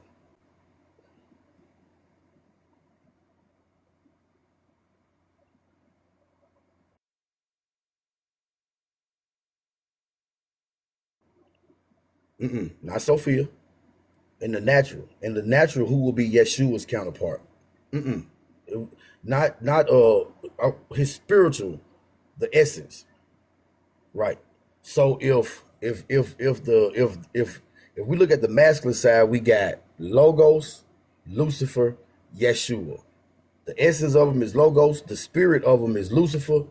The natural aspect of them is Yeshua. So if I was to do it on the opposite side and go from the bottom up and work my way from the natural to the essence, naturally it would be the Holy Spirit, the one that Yeshua said, I'm going to send you back my comforter. If I'm going to go spiritually, it will be wisdom. It was wisdom. In Proverbs, it was I who was there in the beginning. Let wisdom have her perfect works. And if I take it to the essence, wisdom now becomes Sophia. So essence, you get logos, Sophia. Spiritually, you get Lucifer and wisdom. Naturally, you get Yeshua and the Holy Spirit. Am I making sense? And are y'all following? That's the levels right there. Okay. I was following you until the breakdown part. I don't know why the breakdown's throwing me off. So just for clarification, you said there's logos, Lucifer, Sophia, right? No, logos, wisdom, Sophia, right? Logos. So look at the male side. If we're looking at, we're gonna break it down and we're gonna look at it as naturally as we can. Okay, so we got logos. His wife would be Sophia. Okay. All right. Now let's drop down to the spirit realm. So in energy, right? That's the married couple would be logos and Sophia. If we drop down to the spiritual world, what Yahweh created, or the God of this world, if we drop down, then that married couple of logos and Sophia now becomes Lucifer and wisdom in the spiritual. Okay. Okay. So logos. I guess that's where I kind of got confused. I thought logos was just wasn't in like a marriage thing. I thought it was just like it's not force. a marriage. Yeah, it is a force. I just used the analogy of marriage. Oh, okay. With Sophia, we said Sophia, right? You remember the reason why we had to, part of Sophia's fall was because she created without her counterpart, right? Without logos. Gotcha. Right, there you go. Without logos. Okay, and then after you drop it down again, You get Lucifer. No, you get Yep. Lucifer and wisdom. Lucifer and wisdom. Go Okay. with your first mind, Chef. Always go with your first mind. Don't always go. That first mind is never wrong. That's what I want everybody to get. That's part of our learning process. Always go with your first mind, because you see what happens when you second guess yourself. Sophia plus Logos, and then it goes Lucifer plus wisdom, and then it goes Yeshua plus Holy Spirit. Boom. Okay. Got you. Makes sense. It makes sense, because in that case, if I think of it like that, it's like divine masculine, divine feminine. Because yeah, okay. But would the Holy Spirit would still be the well, what would be the masculine? Well, never mind. Doesn't even matter. Doesn't matter. The masculine of the Holy Spirit will be Yeshua. Okay, so the Holy Spirit would still be feminine, or Mary Magdalene. No. Well, naturally, it would be Mary Magdalene, because Mary Magdalene was the comforter for the disciples when Yeshua left. Mary Magdalene was the ones who was teaching. Mary Magdalene was a very high-ranking priestess in the Essene order as well. That's why Yeshua gave her different type of knowledge. Plus, that was his girl, but that's a different lesson. So yeah, if we look at it as a marriage type of thing, it would be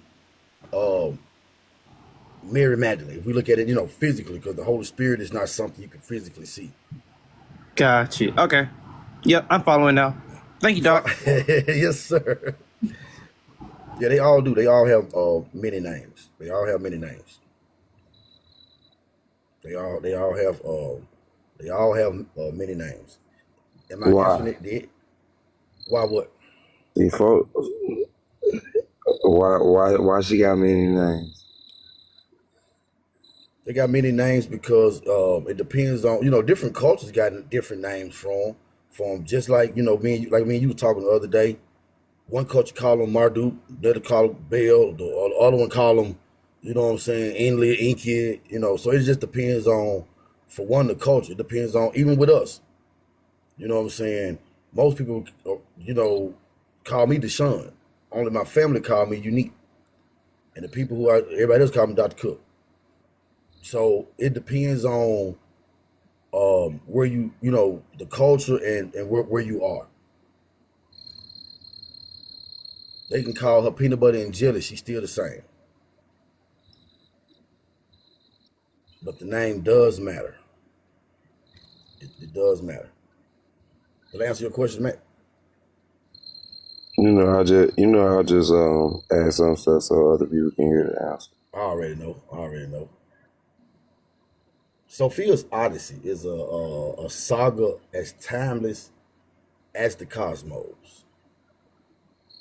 The delicate interplay of light and darkness, of whispering joy and sorrowful lament, that's inscribed in every filament of existence.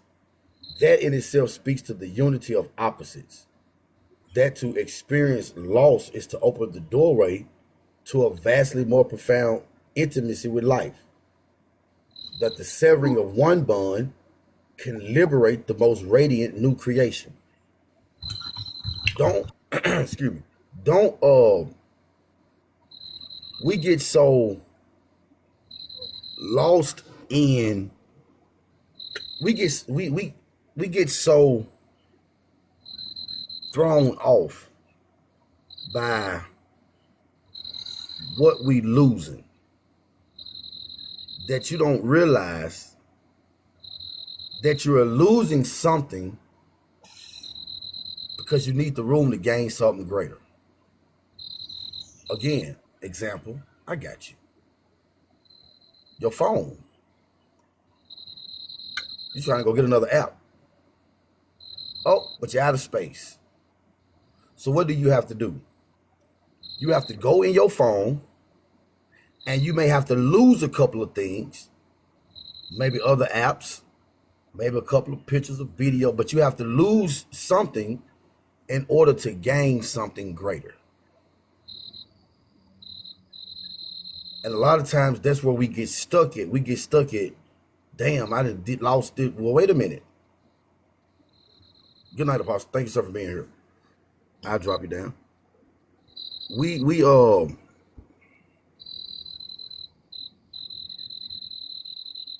we we get so caught up on what we done lost. Oh, I'm gonna lose this, or I done lost this. But we so busy paying attention to one side that we ain't paying attention to the side of, well, it's apparent I had to get rid of this because something greater is coming and this space is needed. Am I making sense? Thank you. Yeah, compartmentalizing. Mm-hmm. I had to lose I had to lose another app or a couple of pictures, but the app that I went and had to lose them for is greater than what I had to lose. And see, we pay so much attention to the loss. Even though the story of Job is a fucked up ass story, there's still a lesson to be learned in it. And what's the lesson? That if you don't sit around and wallow on your losses, your jump back is going to be so profound that it's going to look like what you lost was chump change.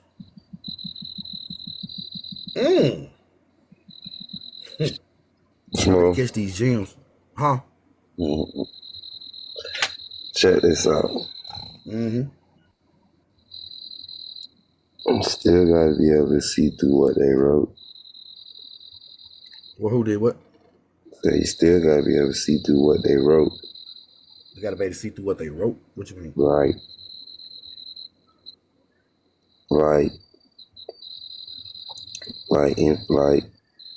Okay. If you erase the names, right? Mm-hmm. You talking about perfect, pure, uncut, infinite potential, energy, divine wisdom and love and power. And the counterpart to that is infinite mind, infinite conscious mind, infinite conscious mind. And then the marriage of that creating forces. Right. Don't forget the other aspect, the yin and the yang, though. Just like we got the infinite, just like we got and I'm definitely in agreement with all of that. But let's not forget too, we got that also in the darkness as well. Well, first, like, it's gonna. Okay, how that looks is like. Okay, the first marriage was of the two. You caught that. Right. The infinite mind and the infinite energy, which contained, really pretty much the same thing that's inside of the infinite mind. But from there, you have the first emergence of one, but it's the same thing is what they are. But you're talking about forces.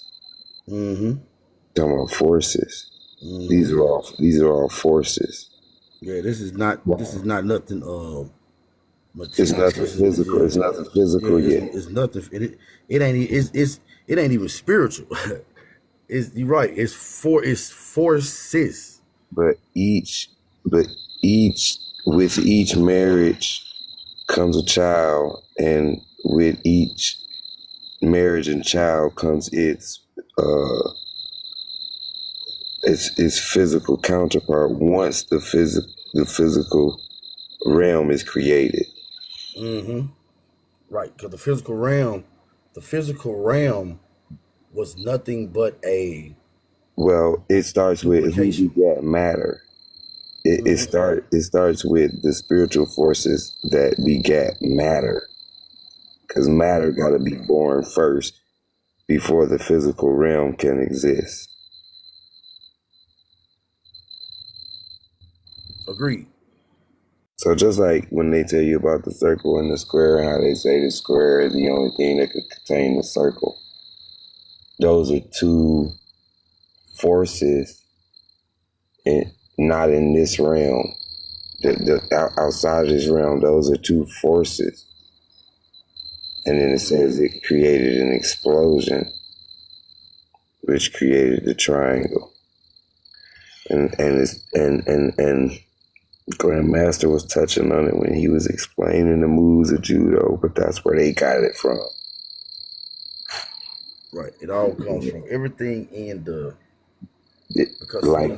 like when we reading this stuff and when we opening it up,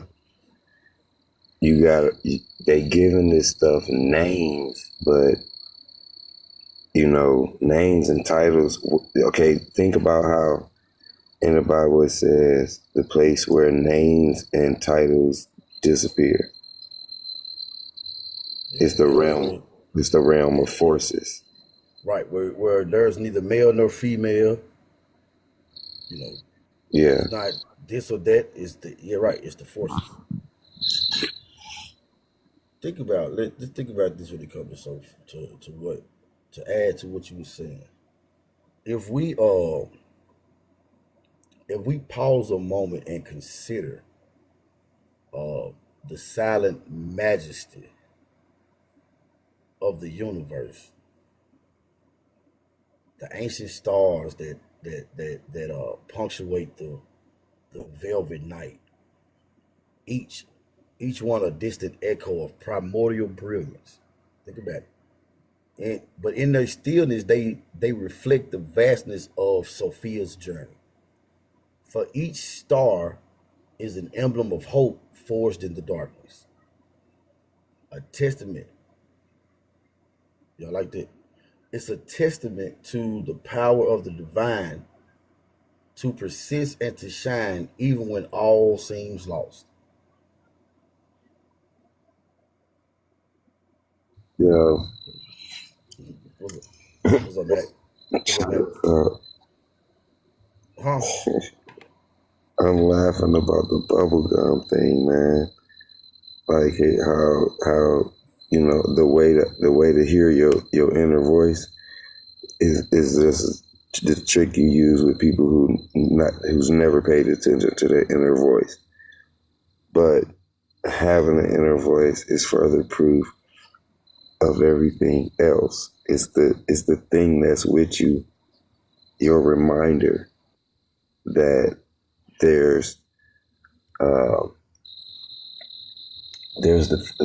the force that's behind the physical manifestation of whatever it is, even yourself.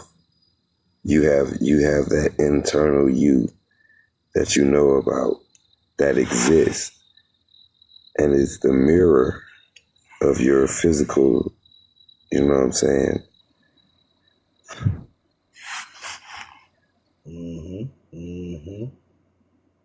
I can add to it.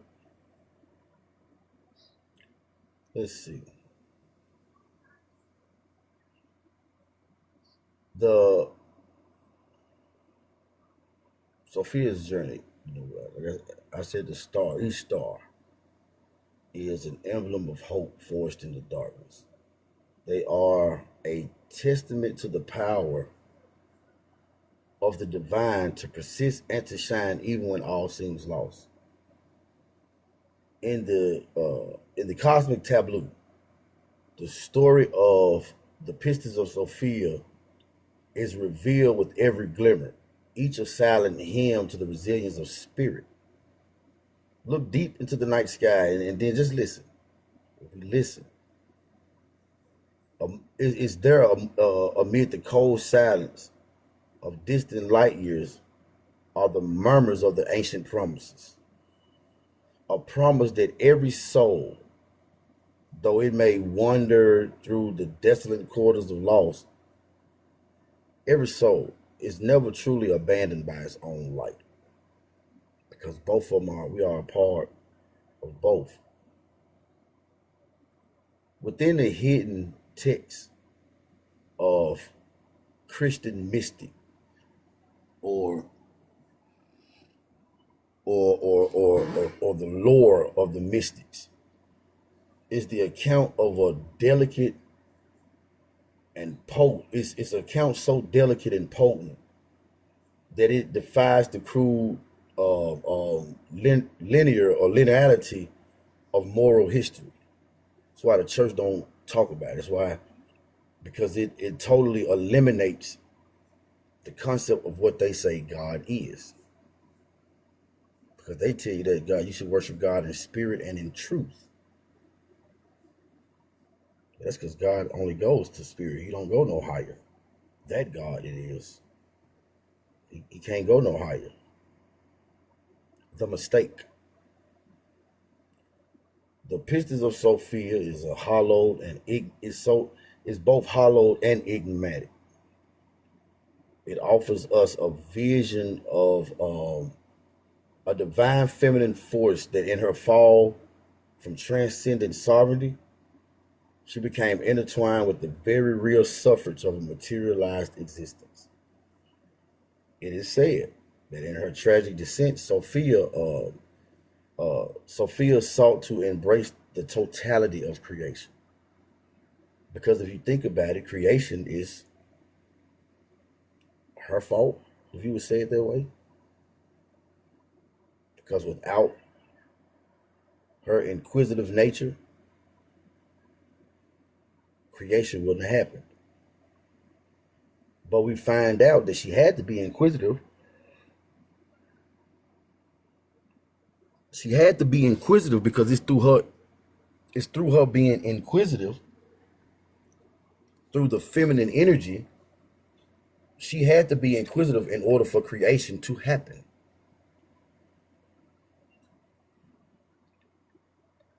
Because we do live in a creation. Even science now. Smooth. Go ahead. At what point do you think the cycles were created? At what point do I think the cycles was created? When Mm-hmm. time was created. I think those cycles. Nope, let me take that back. I think those cycles happened. Time was created at the same time that space was That's created. That's why I said let me rephrase that. The cycles happened in creation. Like for instance. Okay, so look, check this out. Whoever created the physical realm, right, created time as well. Right. That would be the because time is the prison. Mm-hmm. That's why the physical realm feels like a prison. Because that's like one of the best descriptions that people can come up with. And that's why you can't get out of it. And a lot of people ask, what is the firmament? I think the firmament is partially made of time. That's a different story for a different day. Because when I break the firmament down, but time is one of the aspects of the firmament. Yeah, because, well, just to bring it right back into what I'm saying real quick, because I didn't want to go off with that. You can't have anything if you don't have space and time. Not as far as physicality. You know, to have physicality, you have to have space and time. So, like I said, whoever did create the physical realm also created time. Yeah, the demiurge, because he gave it to us. That's one of them things that actually made it in. All right, but the physical, because you be talking about physical counterparts, right? Say it again. I said because you be physical counterparts. So there's a physical counterpart for the entity as well, and it's almost like, because look, it's only 7 days. It's not 365. Like, It's 300. No. that's just Go ahead. like it's 7 days. That's why only 7 of them are named, and we keep looping in them 7. And you can count them up, But I understand this. I understand the cycles. Yeah. Look, I understand the cycles. I understand the cycles because the 7 is one of the cycles, and because every 7, on the 4th 7, you're gonna have a major change, and you can see it with the waxing and Let me waning. ask this though. Let me rebuttal to that to say You can't, because it affects the women as well. I can watch this. How do we know time is right?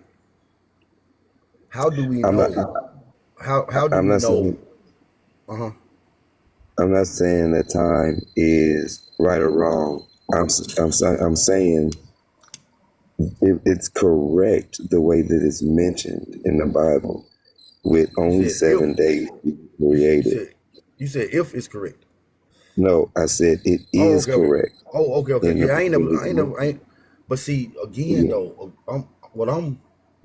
because look, I was only wondering whether the physical counterpart is the one that actually decided to only make 7 days, because that's a loop. It's just 7 days, and then it loops, and then every 28 days. No, wait a minute. You can't, because a loop is what a loop is. It's not a loop. Each day is not because last week's, what's today? Tuesday is not. Today's Tuesday is not last week's Tuesday. If it was a loop, it'll do the same thing over again. That's why they say it's 3. That's why in the secret book of John they said it's 365 archons for each day. Because it may be Monday, loop, Tuesday. I mean cycle. By loop, I mean cycle. That's what I'm saying. So what you're saying, Smooth, is that, and what I think he's saying is basically each season is a cycle, right? Look. We break up in like quarters. You know what I mean? No, look, we got all these cycles. And the cycles exist within time. But see, that's the thing. No, they don't exist within time. The cycles had to be something that was put in at creation. Like, think about it like this. If me and you are in the studio together and we creating a beat, me and you determine, no matter what the time is, me and you determine when it's gonna break, because we are the ones creating it. You creating it from scratch. So any break, any loop, any accent that's gonna be put in is gonna be put in during the creation. Now, when you go back and replay it, when you go back and loop it, that cycle, that break that we put in creation is going to always be there. No matter if the clock time, you may be looping it, and the clock time may say that you've been playing it for 1 hour and 27 minutes. But when you created the beat was put in at the 26-second mark. All right, in order for me to explain it, you gotta look at it. You gotta. Okay, look. Just like how you got 7 chakras, those are vortexes. Okay? These days are like vortexes. Because these are all cycles, like the yugas. I think days are smaller versions because these are just like because the moon, like I said, you could tell that it's a cycle. Even a day is a small cycle. One day, it's a small cycle. It's a vortex, A and cycle, see, a cycle is something that's a repeats cycle. itself. Yeah, and the day don't repeat itself. It sort of does. It's only 24 hours in a day, like I you promise always said. I ain't never had, look, big bro, I ain't never had a day to repeat itself. Okay, I look, this promise, what I in my 41 years, I ain't never had no day repeat themselves. this what I mean. This what I mean. You always say it yourself. A day is always the same. You know what I'm saying? It could change the evening and the morning, and Yeah, you 24 know. hours. Okay, that's a vortex. You Okay, I get what you're saying. Yeah, I get what okay. you're saying. Follow me. It's 7 of those. Okay, but after that, after that hits 28, you got a major change, and you can tell that it's for real, and you can watch it by the waxing and waning of the moon, and you can tell that it's for real, and these are real forces because it affect the women. Yeah, on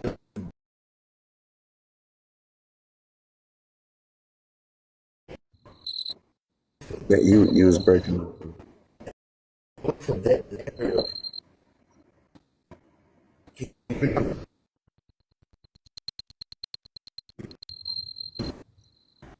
Working Mm. Yeah, you still breaking up. Yeah, you still breaking up real bad. and hold on.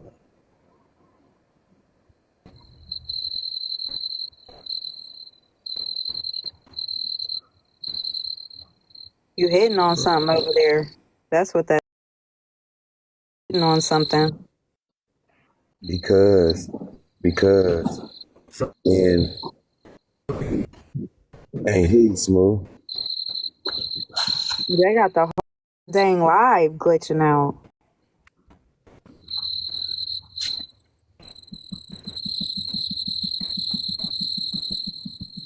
Is it probably his signal? Screen, y'all. Top the screen.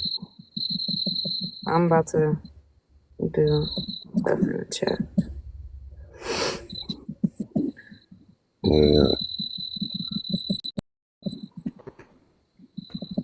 You see that shirt in the TikTok shop? No, that right. In the green.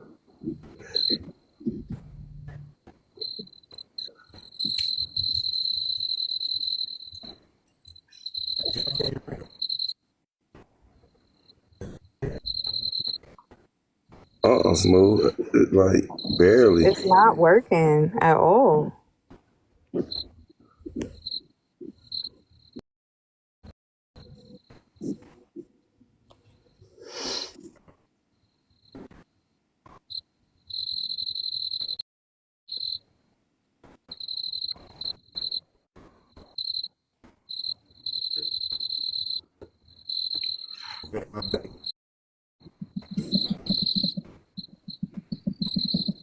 Hey, Smooth, try to mute your phone then.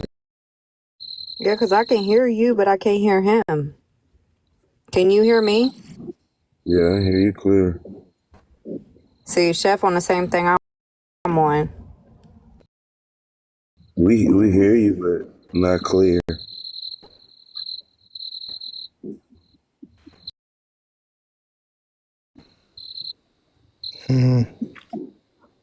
I hear you, Chef.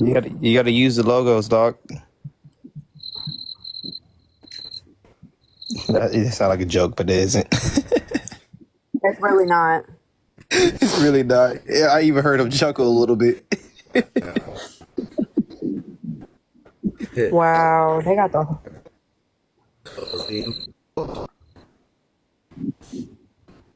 You starting to come through. right, just a little bit. I totally forgot. I'm sorry. Hey, throw some fruits in the chat.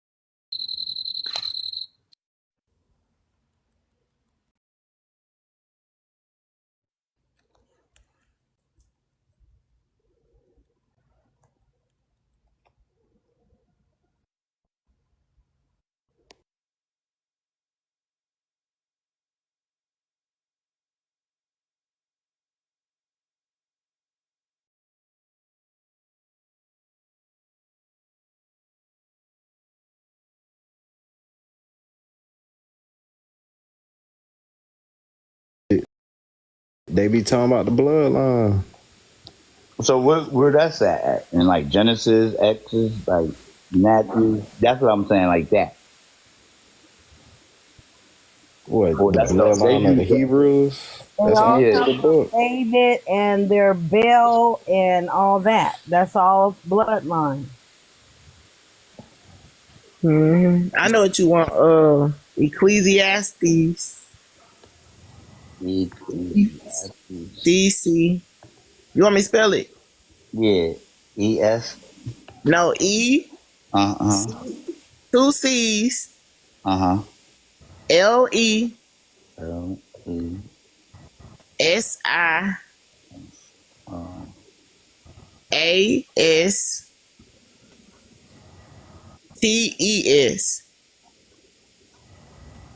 Chapter 7, okay. verse 27 and 28. And then just go to the ESV version so it could be plainer. Well, And it said, behold, this is what I found, says the preacher. It's the preacher talking. It said, while adding one thing to another to find the scheme of things, which my soul has sought repeatedly, but I have not found. It said, one man among 1,000 I found, but a woman among all these I have not found. I've been racking my brain over this. Ain't find no woman in the Bible. He was going crazy. hold on. What you say that verse was again? 7 what? Chapter 7, verse 27 and 28. Verse 27, 28. Like, what the heck that? I've never heard of that word. That's crazy. What the heck that mean? That's easy. That's an apocrypha. That's not an apocrypha. That's Bible.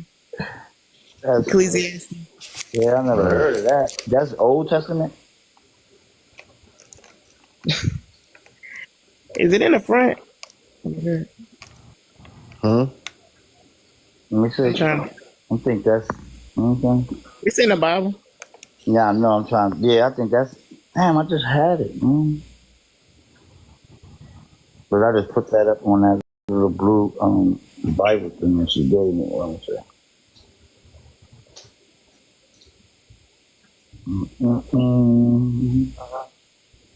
Yeah, it's Old Testament. It's the Old Testament. Okay.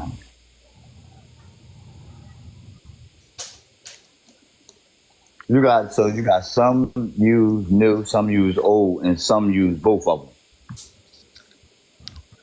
You said what? Some people use, some group or organization use the Old Testament. Some use the New Testament. Some use both of them, old and new. Right? Some say Some that, of them but don't believe in it the don't New matter, bro. Huh? If you say one, it's like this. If you deal with one testament, you only get half an understanding if you get an understanding, because it's hard to get an understanding without a full story. Mm-hmm. Right. And it's not in order. It's all mixed up, scrambled together. So what you think is old might not be old. What you think is new might not be new. It's called trickery. That's Satan's job is to deceive you. That's why I keep trying to remind him, bro. No, You I can't already be know that. falling. No, you know, I'm way past The that. I'm law just going. in none of them. They didn't follow the law. That's why they made a second one because they wanted to be the chief. Yeah. Nah, he talking about far as the people who only subscribe. They say I Yeah, only like, subscribe to the new, or some say I only subscribe to the old. Like she say, you ain't finna get nowhere with them, bro. They only gonna give you no, half of I the ain't worrying story. about them. I'm trying to figure out, like, you know, some people why they use that and that. Not literally, but you know, some people I hear they say they don't mess with the Old Testament, or they like, oh, the New Testament is this. And I'm like, what the heck are we talking about? Why they don't like the Old Testament or something like that? Shit, I don't even be getting caught up in what these believers Because they didn't don't follow like, the cause law. They don't want to deal with it. it ain't that. They just emotionally disturbed when you hit them with truth. So like, regardless of the fact, it really don't even matter. Forget them. Look, Key, forget them. I'm talking about them social workers and stuff like that. What they believe in. They them people that I'm around. Nah, I'm messing. Yeah, they believe shit. They believe like everybody else. I'm trying to put this to my reality.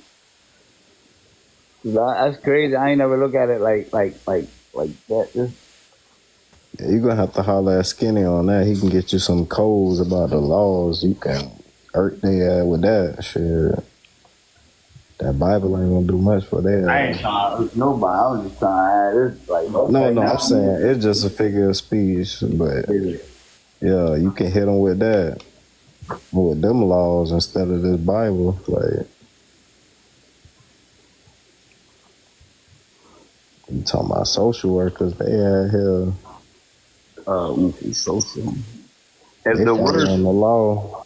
If the word social in the Bible, I'm done. No, all right, the word social ain't. Well, I don't know, but it ain't come up on this. It's fire. Nah, you gotta remember that back in the times they were speaking differently from us. Don't they? So what is safe to say they use cities for? Like nations? They don't use cities like how they say cities outside, right? In the Bible. Cities in the Bible? No, I'm saying like they use the word cities like we use the word cities outside. Like, you know, I'm about to go to the city. Nah, you just got the city of Areas Jerusalem. like the north, the south, like that. That's what I'm saying. So they use it like in that sense, like a but they don't in the Bible. You don't say you don't. You know, Women is considered cities in the Bible as well. Okay, there we go. Yeah, but you don't hear them. You ain't gonna see them say, "Hey, I'm going to the city." Okay, that's a good one right there. Yeah, I don't think they gonna. Chinese precepts. Yeah, that's what you. I know exactly what I'm asking. What's that? You said Lee something? LEV is law. Well, like you said, all of it is law, but that's considered like. That's all this book is. Jubilee. How you? What's JUBILE? Yeah. the Pope did the Jubilee. That's Lee. What's that? Lee LEV 25:30:33. And if a man purchase of the what's that? How do you say them people name? Levites. That's it, right? LEVI. Right. Okay. And if a man purchase of the Levites, then the house that was sold in the city of his possession shall go out in the year of Jubilee. For the house of the cities of Levites are their possession among the children of Israel. Oh, then they go to the next one. Oh, a woman leaving. That's what they saying, sis. Huh? So I wasn't listening. All right, my bad. Read it again, bro. Is what's that? LEV 25:33. Leviticus, bro. This is Leviticus. What you're reading? All right, Leviticus 25:33, and it's Leviticus 25:34.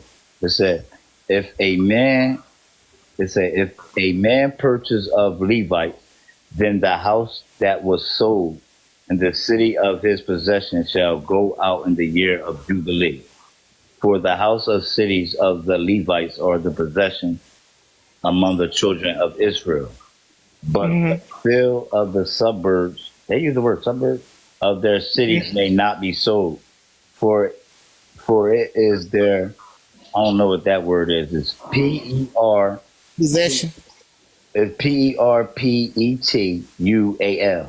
And then it say possessions. Yeah, so basically it's telling you that if the Levites don't get sold and they have to work for another nation, they got to be set free on time of Jubilee, which is what the Pope did. And even if you take them into captivity, you cannot sell their land. The land is always there, so it have to stay desolate until they return back.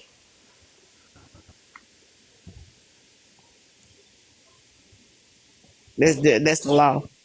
Okay. When you take someone when you take a people into captivity, there's a time for them to serve you, and then you have to let them go. So they supposed to serve you for 6 years, I believe.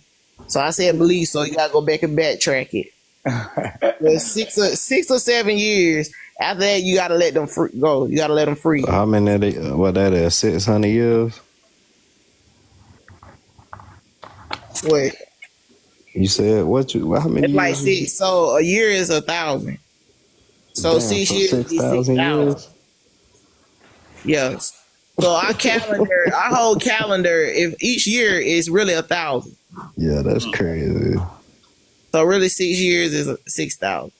Shit, you might as well say forever then. So I gotta see what Jubilee means. Even though y'all saying even y'all saying it right now, and the priest did it. I still don't know what Jubilee. What the priest do just now, Jubilee? I know he said something happened. Just and let the performed the people go. ritual. The ritual, and they do it at Christmas time. It's the holiness. They do it all the way before Christmas, all the way through. It's just a ritual and a The ceremony. It's part ritual, of their customs, the bro. Catholics do, because It means ram's horn or trumpet. Rams, horns, or.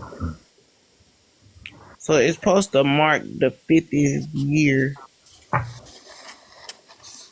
The term Jubilee is associated with the year of Jubilee in the Old Testament, which involves the return of the land to the original owners. So it said the release of slaves and a period of rest for the land. So that means the slaves get set free and they go back to their land. Did that happen for the Hebrew Israelites? Oh, so hold on. How'd that go? After the ritual or whatever, they free. You said, or something else happened. The year of Jubilee. The year of Jubilee is the representation. Okay. They basically get released from. It's the release of the slaves. They return home to their land. Okay. All right, they've been far away from home that long. Yes. Yeah, bro. So that's basically the trumpet. Remember the Hebrews always talking about the blowing of the trumpet. I mean, bring your ass home. Yes, that's them being. See what I'm talking about? Now y'all know that. That's what I'm saying. Just to know it. Yeah, I ain't trying to fight nobody. I just want to know. They blowing the horn. Oh, that's what that means. Yep. Yo, take your ass on home. That's why Trump sending their ass back. Go home. That's all that mean right now. I don't never hear Thank you for nobody. your services. Goodbye. Why nobody don't never be like, oh well, go to Numbers 21:30. Like, why nobody? I don't hear nobody using numbers. You asked me that too. I'm gonna read numbers. I always want good stuff in numbers. But you gotta remind yourself, bro, it's a lot of this book that they don't read, bro. I know. Just like you were saying, You know, you got some that's only subscribe to the new. Got some that only subscribe to the old. That's why you think they stick to the scriptures and precepts that they know. They talk about numbers. Yeah, no, I'm just saying in general, like certain people, like Yeah, I never heard it. Like nobody be like, nah, you they know, do, bro. You just yeah, I'm in the wrong one. Like, nah, it ain't that. It just depends what the topic is at the time, bro. Like these folks be on damn TikTok talking Bible all damn day and night. So yes, the fourth you book of the got the right Bible. time. so numbers have words in it, or it's numbers like people. No, But you just need to read the book. no, That's what I'm no, trying to tell them, bro. no, because I'm in Blue Bible. I'm about to go to the King James version on them. I was messing with the King Bible. What did I ask again? He said no. What I asked Man, numbers. You being funny, boy. I think he got on purpose. Numbers just the title of the dang that book. Nah. He looking for some 1973s. So what Yeah, he verses think have he finna it? see some Matrix binary or something. Because I think I saw that somewhere when they be like, is 100 million. It's like, let me see if that's that. Because I saw numbers and like actual numbers in the Bible.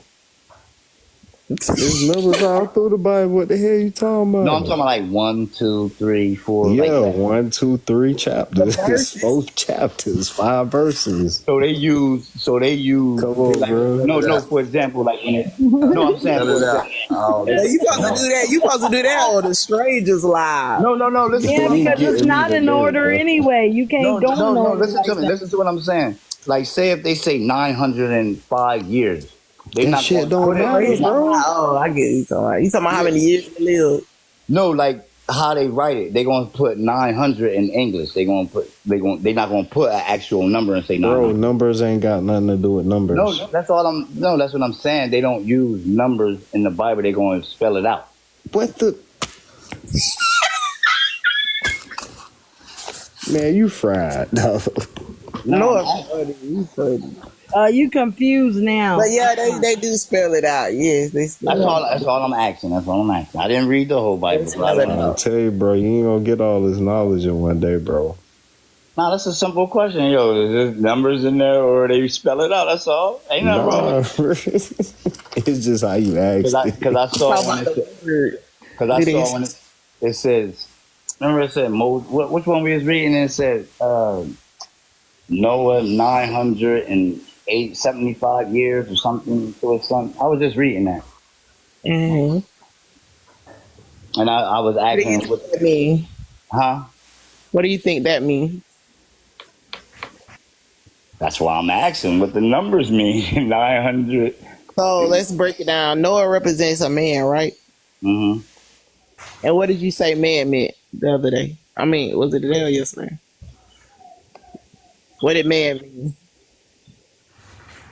We were saying that they was people, right? Woman and man, right? What you say Adam was? A nation, right? All right. Okay. So then that means what?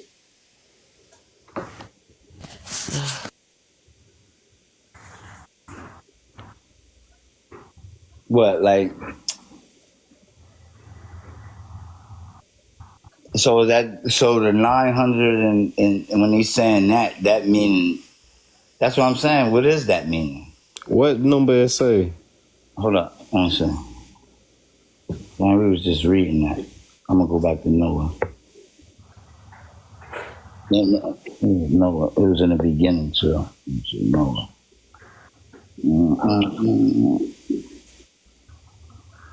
605. What happened to Sister Deborah? Was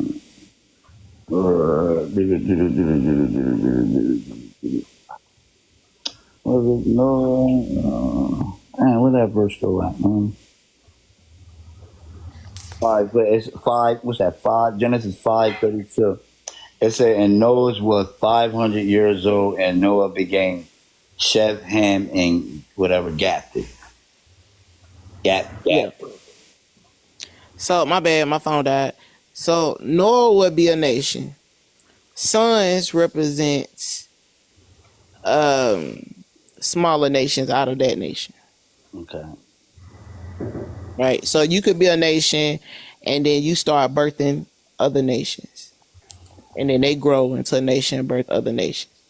So that's all Noah represents, a nation, just like Abraham and the rest of them. Yeah. So when Gotta I remember was them, ain't. That's why I say, bro. no, I said for example, like I just gave it 5. What's that? 5 Genesis 5:32 when it say Noah was 500 years old. Yes. That's how long that land prospered Okay.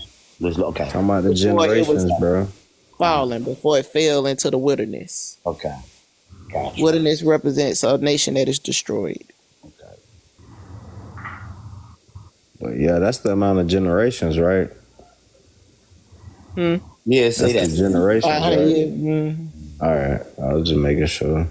Yeah, that's why I keep trying to remind you, bro. Don't like, man. Them ain't literal people. That's No, a you know I know congregation that. of motherfuckers, like But I didn't know why thousands. they use not because remember how they used to say that. Now I understand now because remember how they used to say back in the day they lived forever and stuff like that. They lived 9,000 years. So now I can understand that because we ain't had an understanding. We thinking these like 2 or 3 people, but really, man, it was it's just just like how we living right now, nations. yeah how that teaching lasted. That teaching lasted for 900 years like that. Yeah. That's how to look at it, right? That generation of people. So the death represents the fall of a nation. It's gonna go in way when a nation there's one nation that is the ruler of them all, and that one nation is the one that is anointed, and it sets the rule. It keep the rules going.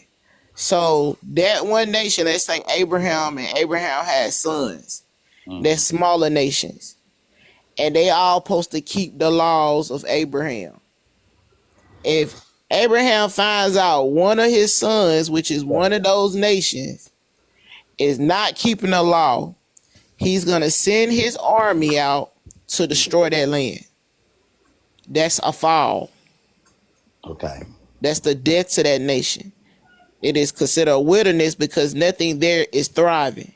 It has been destroyed. Everything in there that prosper is no longer there. Just like when they bomb, what they say, bomb L Street, whatever like that. Yeah. That's what it represents. It's a wilderness now. It's nothing. It's crumbs. Okay.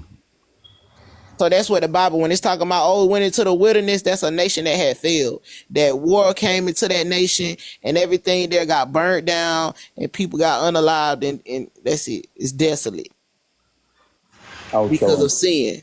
So Jesus was supposed to, when they say Jesus in the wilderness, they was waiting for him to bring that wilderness, that land back up, right? That's what they believe. Rise, yeah. All right. Yeah. Because Egypt fell and he put Egypt back on top. Okay. So in order for him to put Egypt back on top, whatever land that is thriving, he got to bring it down to the ground. And what land? That's what happened. And what land was that? Israel. You heard me, so I got a question. So, cause like, since we on that topic of like, these not people, they nations. So like, this Jesus, that's a nation, right? Or that's one particular person. All right, bet. It's an army that's working for a nation. All right. Come on, Q. You know that already. What type of question is that? Nah, I know it's many Christ, bro, but like how they try to single it down to just like a person held this title. Yeah. It became only many Christ because that one army went into all the lands and made all those armies join his army. Bet. So it was either get down or lay down. Yeah, with the authority of Satan, though. Yep. So all of those nation armies submitted to him. Yeah, because folks got to understand, he got casted out, so, he became the fake Mason. Mm-hmm. That's all Satan is. So he worked his way. Worked his way to get back in through his son. I remember his sons, I should say. a priest gave Jesus the title and he wasn't supposed to, or something like that. The teacher. John. Nah, What, matter of fact, regular? nah, that was the day we were talking about. We was on Wayne's World because I was telling them. I forgot which John it was. Let JC in the damn church and he wasn't even supposed to be in there. That was John the Baptist, right? Yeah, I think so. But sis, then they I meant that, yeah, that's why I wanted to ask her. Then they unalive John after that. Man, that don't make me mad every time. I said John the Baptist done all that shit for Christ, and he done got caught, became a prisoner, and got his head chopped off. Jesus knew about it, kept going to the next city. Well, he ran about it. Yeah, I said, man, that's so lame, man. So he left John the Baptist. Yeah, Yeah, he that's that left man. him. He ain't trying to help that man nothing. Scary ass. Yeah, he got caught up in sin. He was like, nah, I ain't finna, nope, I got a mission. Mm-hmm. So really, when you do the breakdown of John represent a nation, and they tell you that John the Baptist got the head cut off. Head represents rulership. So they took the nation from John. Okay. They stole it. So the little girl that was at the table, and she said, I want John the Baptist head. Yeah. What's that? They tried his head off. They took his nation. So what group of, well, I'm going to read that. What group of people took that nation? And I said, yeah, now you got me wondering, what the heck girl is in the scripture then? Girl? Yeah. Girl in that? Let me see. I didn't see no girl. You saw a girl? Nah, you just said, didn't you just say the little girl? No, I'm talking about the little girl that told her mama it was her birthday, and her mama said, make a wish. Well, what's called said, you can get anything you want. Just ask for the king. And the little girl told her mama she want John the Baptist head. I guess letting us know even the youngin had a demonic entity in her. It's a city. Yeah. Nah, That city wanted hold on now, I gotta break that down. Yeah. The girl represents the city, and the city said, I want John the Baptist head. Oh, one of the rulers, the elders. All right, so check me out. They stole the priest. So check me out. When they, all right, so how I'm looking at it is like they about to do away with them, and they like, hey, what y'all want to do to them? You know, y'all want to hang them or behead them, and they, you know, hit them with the guillotine. Like, that's what I'm thinking. Like, they voted, you know, for his demise. Yeah. Yeah, that's crazy. Because the priest is the head of the church. And so therefore, if you take the priest from their position, you have beheaded them. You taking their power. Mm-hmm. And what happened to him? And JC ain't give a fuck. JC ain't care about it. Round about JC using everybody come up. Right, he don't care what happened to you after that. He ain't care about Israel. Oh, he left them hanging too? Duh, he left them. He left on them. He took off. He said, you can't come where I go. How he said it? Where'd he go? Where they say he went? He supposed to have ascended. Oh, okay. He said, you can't go where I come. He said he gonna send a comforter. And I said, he done all that, talking about he coming to save them and gather them together, and they was gonna be with him and his father, and then that motherfucker took off, supposed to have ascended, and they still dying on the bottom. You still go be in your sins. Yep. He said, yep. How that scripture go? It been so long. My phone did too. What word? My phone did.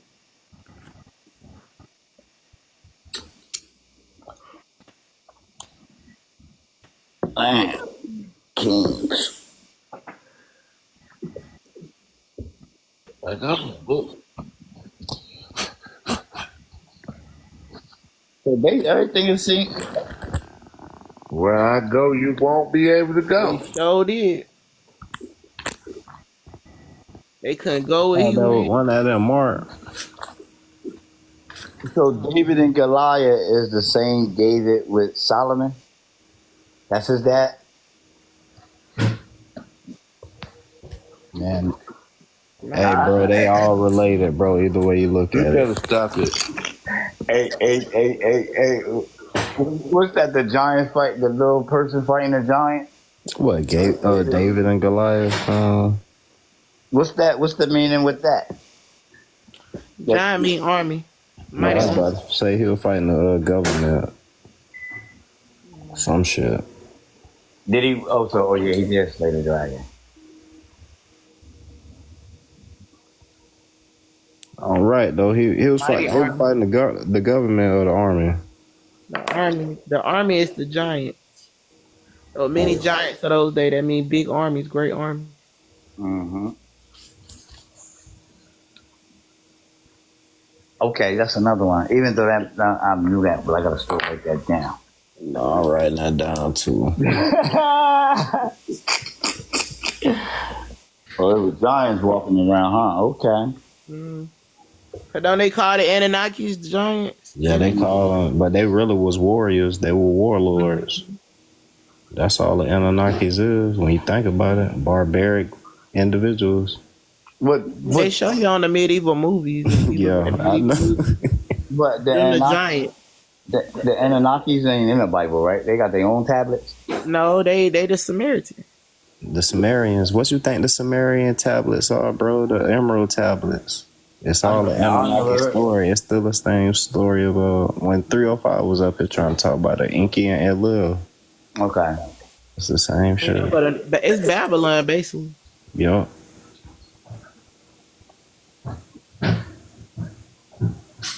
Man, they was wild with these dumb stories, boy, and everybody confused. There's more in the comments talking about so you never seen Andre the Giant, bro. He just was a big individual. That don't. I saw Shaq before. Right. It's never literal. It's signs and symbols. You know they ass slow. They be thinking it's literal.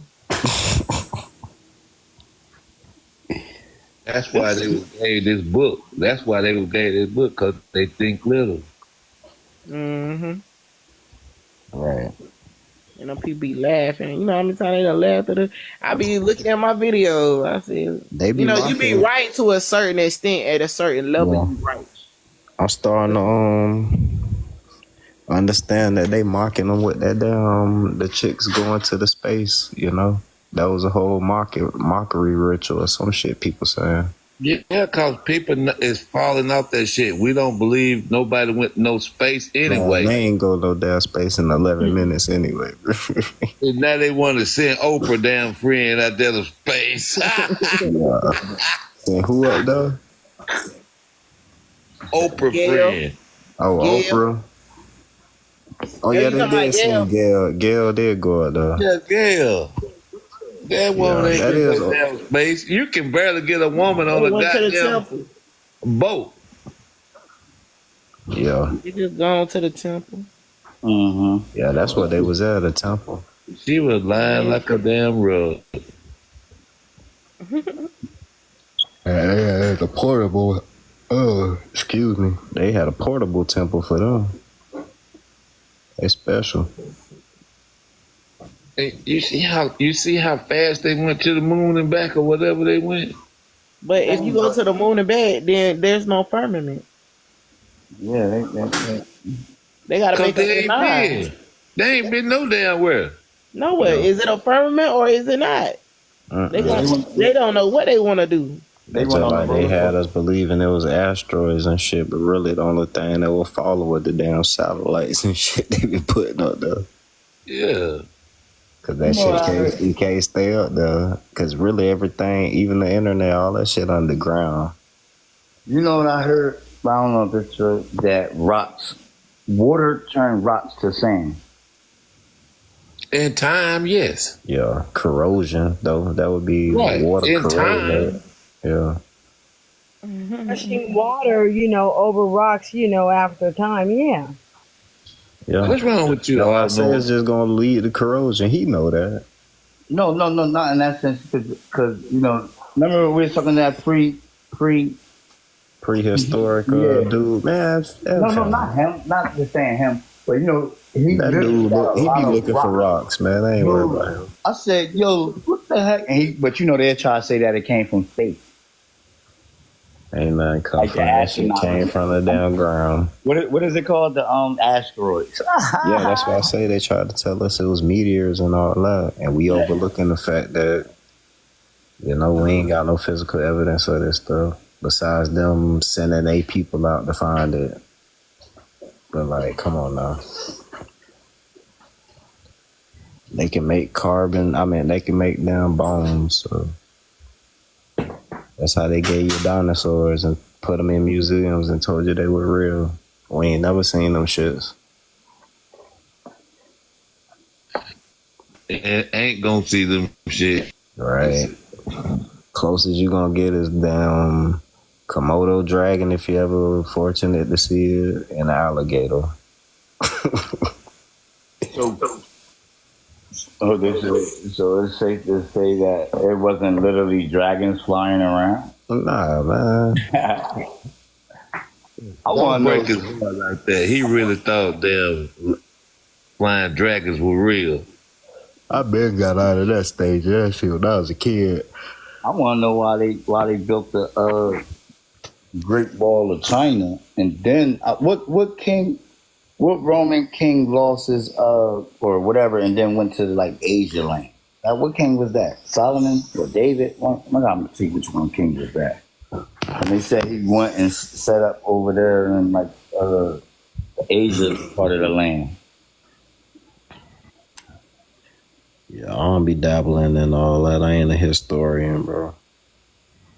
It's on, it's on the movies like the 300, like them motherfuckers. Yeah. So who was 300? What was his name? Leonidas. That was the Romans, bro. Okay, and who watched the movie? So who was the one that had all the stuff on his face? That king. Shit, I don't know. I ain't watched that shit. So Right, I gotta watch that joint. They had the damn, I think Assyria in that movie too. The Egyptians and all that shit. They got all of them in there. Yeah, it's a lot of them. All of them in there.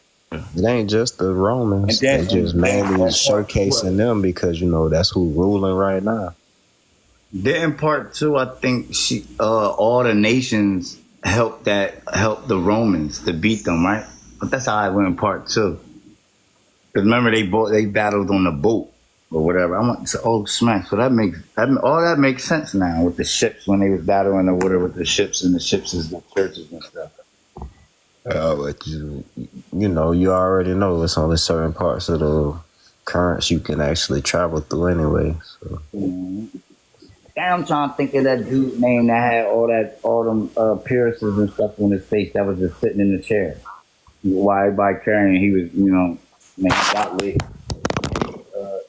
got Leonidas and them. Man, what was that king name? I can't think of it. I gotta think of it. Oh, bro.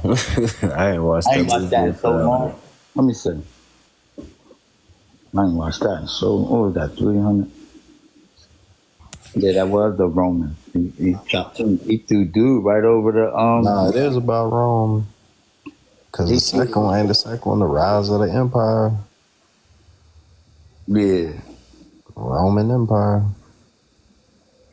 They talking about the Persian. Okay. Them Egyptians, man.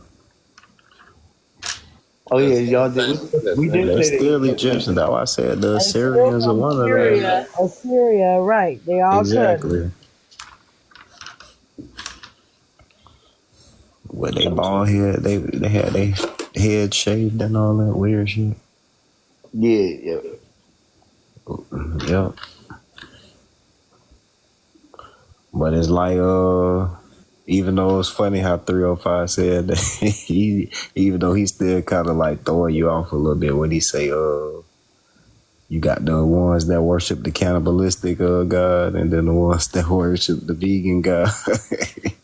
Who said that? I remember somebody saying that. Who said that again? 305, but he was up Oh there. yeah. But when you think about it, that's really what it was, though. But that was just their customs and beliefs. Rituals. Yeah.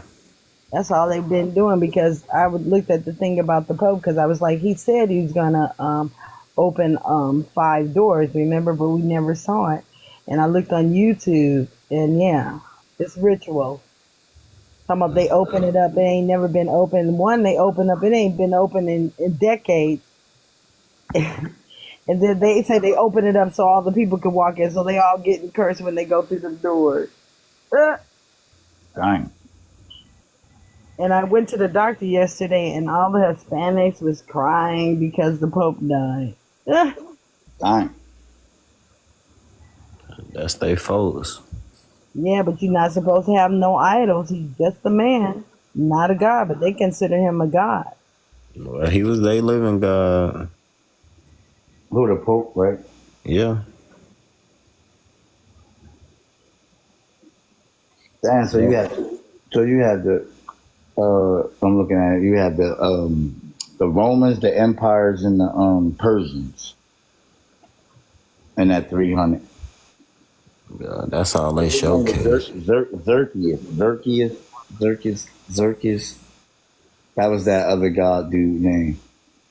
Yeah. And Leonidas. But that's all they wanted to show y'all in the movie. Mm-hmm. They could have showed way more. It was way more people involved, other nations and everything. Asian miners. What the heck is that? Who? Asian miners. Huh? Asian minor. Like Asia. AS. Yeah, and an underage individual. Minor. Yeah, that. Or a miner as in like digging for rocks. And from.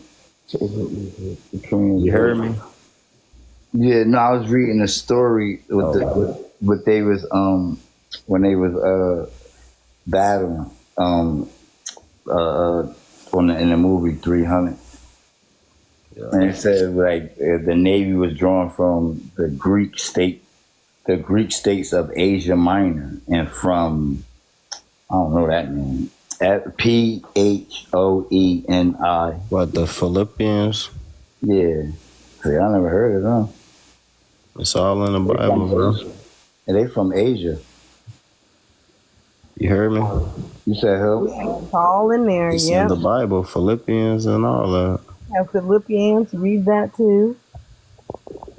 So you say, how you say that? Serpius, right? Cyprus. Cyprus? Oh, Cyprus. I think. Hold up. Spell it again. Cyprus.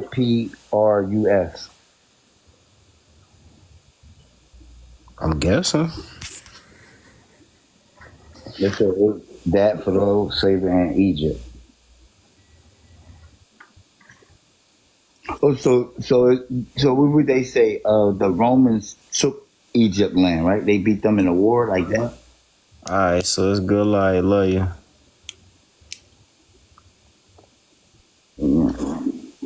She said she about to tap out. She off tomorrow though. Should I gotta take my out of work? I'm still up though. I'll make it. Yeah. I don't know how I be doing it now. They say sleep is the cousin of. Man, they miss me with that. They lied anyway. The cell's always living. They'll never stop moving until till this vessel expires. So. Sleep ain't the cousin of unalive. What you say?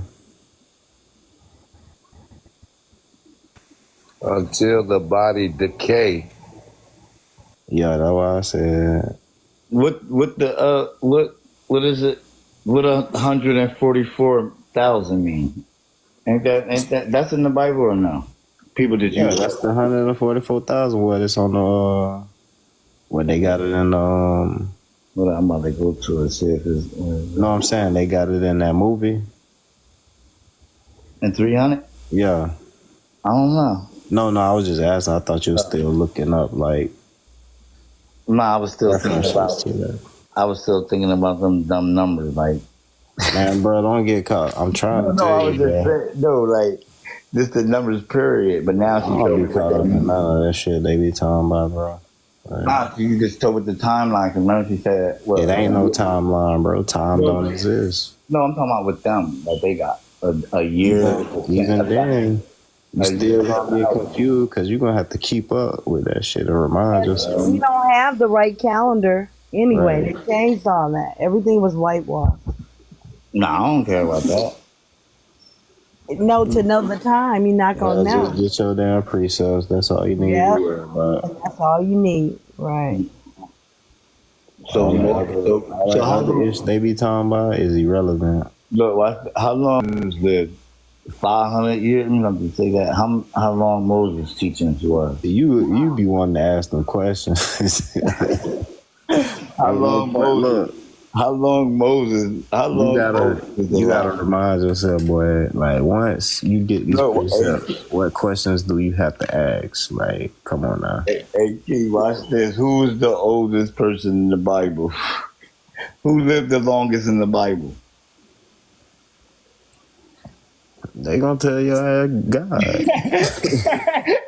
Like that's what I say. I don't know what you think you gonna get with those questions. I wonder who is the oldest and like the teachings that I've seen Moses in them was just 975 years. Nah, you gotta remember the oldest what's the name denomination. And wouldn't it be Islam, y'all? If I ain't mistaken.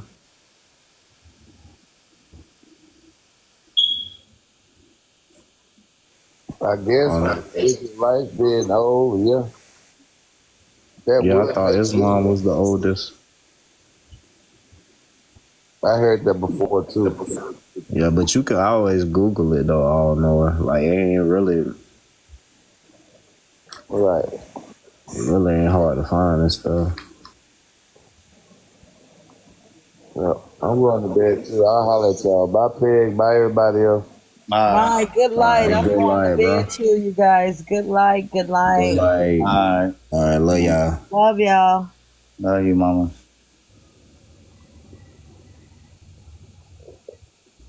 But I got some stuff now, and I can go and look up now that y'all gave me. Shit, you just need that Bible, bro. Trust me. Like, because it's like the judge. I mean, not the judge. The courts use the Bible. The certain people swear on the Bible. They use. yeah, that's what I like for. If you trying to, cause you say social workers or whatever. That's who you. I was just joking though, but yeah. Nah, I was just saying for I know Skinny more inclined on legalese and how they law work in real time. You feel me? So like. He would be somebody you can actually talk to more about that because like I say, it's a few things here and there I asked him about. So, because they actually like as much as we can play around and stuff like that and joke, they actually use this Bible. Like, you get what I'm saying? Like them people, No, that's what I found out talking to Skinny. Like you go to court and stuff. I guess if you testifying against somebody or whatever you going against, whatever it is. Yeah, you get caught up in their paperwork. Yeah, you gotta swear on the Bible. Like I was like, why they use that? Yeah, I remember I had to do that shit when I went to court. You gotta use that. They use. I'm like, what they use that for? I never questioned it, but in a sense, but now I'm questioning like, what's the really be besides the You know, the oaths and the entities, all that witchcraft, all that. Like these Nah, people, because the oath, you gotta remember they are like for us, like people out in the regular world that's believers. They already believe in this God. So by you putting your hand on it and swearing is more or less you taking the oath not to lie, or go against anything that you believe for is what you know of this God. That's all that shit is. And then for the ones who really, the ones up top, like they really stay true to that though. Like they break the laws, they gonna be punished severely for it. Like don't get me wrong, like people out here who commit crimes and stuff like that, but the ones up top, they cherish their book. Cause it's they system they created, so they not gonna create something and not deal with it, like not cherish it or hold it to any value. and it's crazy because they give it out for free, like that thing everywhere for free. Cause they, bruh. No, I know that. I'm just saying in general, like this shit. Cause they know ain't nobody gonna. They tell you in the book, ain't too many people gonna find out or really understand or know what's what. But for the ones who do, they ain't, they ain't gonna be rocking like everybody else.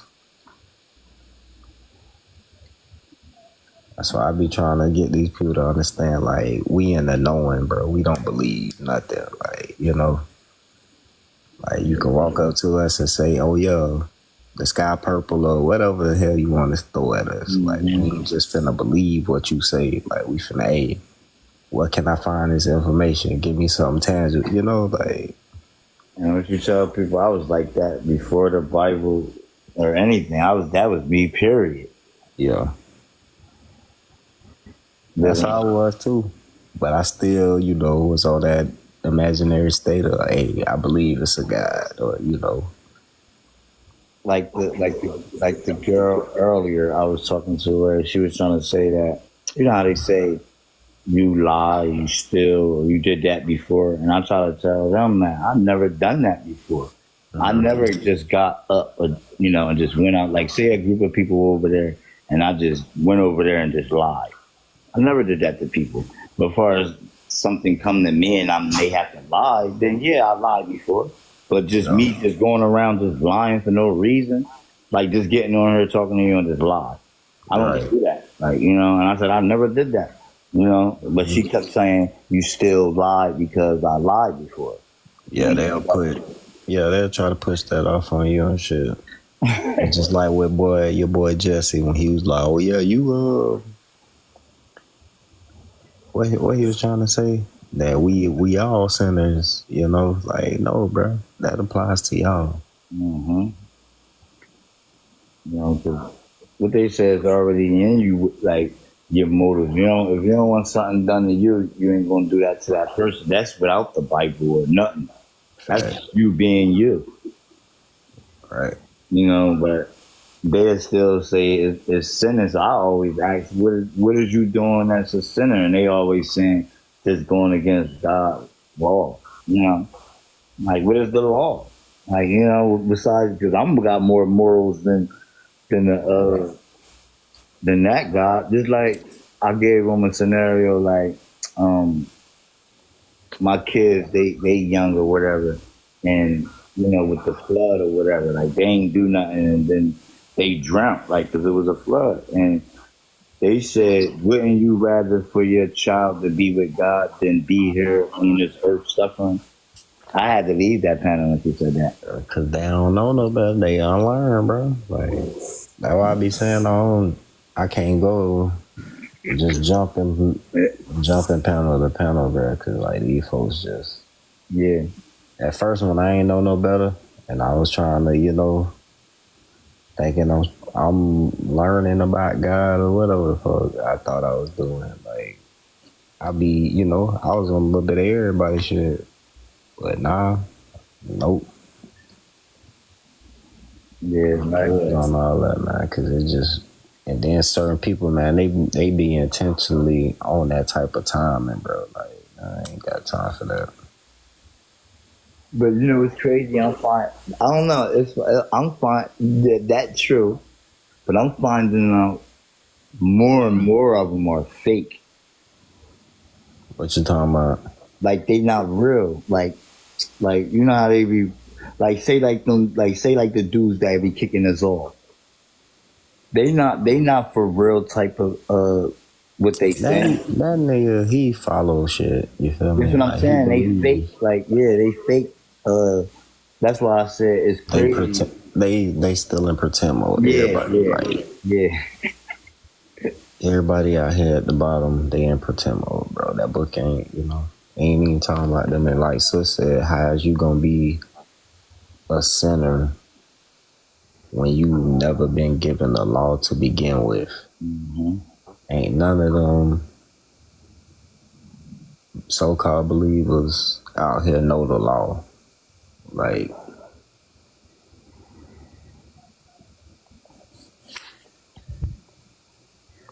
What law do they use when you say that? know what I'm saying? The laws that's in the Bible, like,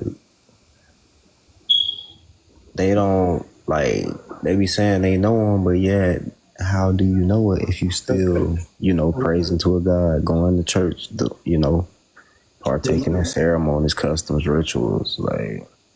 Wasn't dude asking that dumb stuff? Remember he was saying something about what he asked us about the woman? What was their teachings or something, or what was the laws of them? Yeah, he was asking what the doctrine was. Yeah, okay, all right. You good? Nah, you got it. The Sophia is the doctrine of Mary. Yeah, that's what he kept asking us. So what was when he was like Ruth? Yeah, so what's the doctrine of Mary? Yeah. Nah, that's why I say I don't even be paying no fools no mind, bro. It's the doctrine of Mary. Yeah, that is a dumb question. That's when you know they don't know what they talking about no more. Nah, cause I had forgot, so I just told that man that doctrine, bitch. They was already pissing me off every time I say so. Who it was Wiz? Oh, Key, I wasn't talking to you, hey, bro. If I'm up here giving right information, I ain't lying, because not once could anybody catch me in the lie and say, hey, yo, that's a lie. Like, shit, they would have been booted my ass.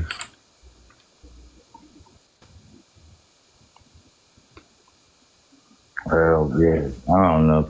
I guess we all about to take it down, so I might as well get some rest too. Yeah, I'll get up with you, man. I'll more than likely be at work, but yeah, I'll pull up on your phone, what's the name? I ain't too busy. Well, I ain't gonna say that because I still be on my phone at work sometimes. Right? Yeah, I just gotta make sure my damn headphones charged up so I can listen. They took it down. I got a little quiet time. I want to go for a little bit, mess with this some of these verses real quick and throw the ESP and watch some of the game because I ain't watched none of the game today. So and do that. Just do. Nah, like I said, that shit just gonna come with time, bro. You ain't gotta weigh yourself out with all that. Yeah, I don't do that. Nah, I just like to, because I already know, like I said, I already know what's going on outside. So sis helped me put, the pieces together of who these people are. Yep. Now I'll just, like to learn the certain words now. Now, because I already know who the people is, man. We done broke that down. Remember the vampires and the all that type of stuff. We've been past all. We already know who Hungarian people. Yeah. Yeah. I just like to learn a certain, like how y'all do certain things, like, like woman mean wisdom, like that. That's what I'm trying to have that. Yeah, work. Yeah. Work, I'm looking at it now. Work means idols. Do I got that now? I think I have. Yeah, but that would be idols, because I got the actual damn Meaning in other words and shit from when I was first coming around, sis. Yeah. Yeah. 'Cause I want to say, tribe is governments, Israel is the army, I am would mean Pharaoh, inheritance is army of Israel. What else? Well, you know what beast is. That's the sons of man or son of man. Familiar spirits also means I am. Familiar. But yeah, man.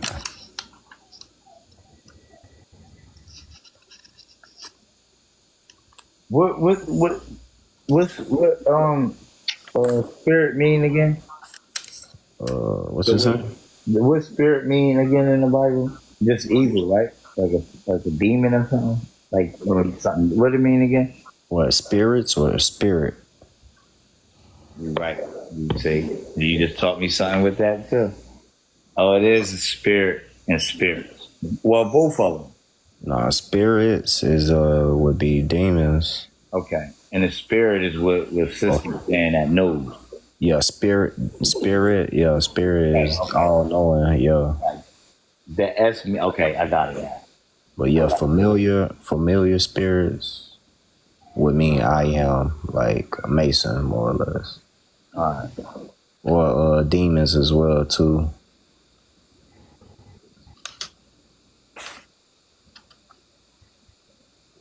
But yeah, we gonna have to link up again, bro, and go through these damn precepts, cause I know I got something for sure for you. Oh yeah. It's just I know Paris got a lot of them too. Cause there's been times I haven't been on the lives and shit, so that's another person I know you can get a good amount from. And then she got your email, don't her? Yeah, I'm gonna give it to her when I get it. Yeah. Don't forget to do that, bro, cause and sis, I give her the she gonna look out for you for sure. Cause I got what else? Yeah, I got the meaning of heavens in here too. Bel, Yahweh, holy. Yeah, cause here it go right here. Holy would mean Roman Empire. Hand means army or rivers.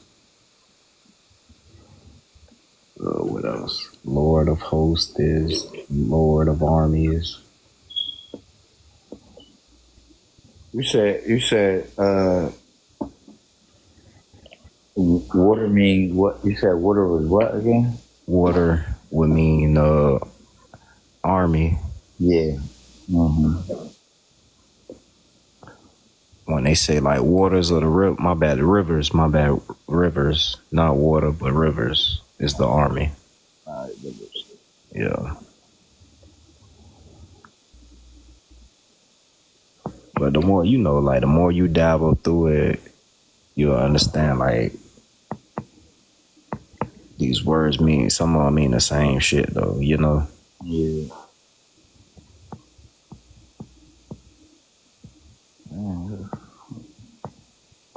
Yeah, cause I got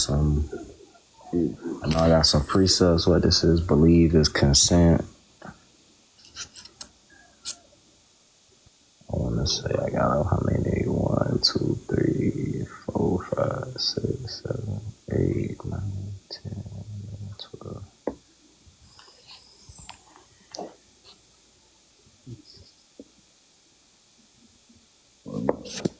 Yeah, man.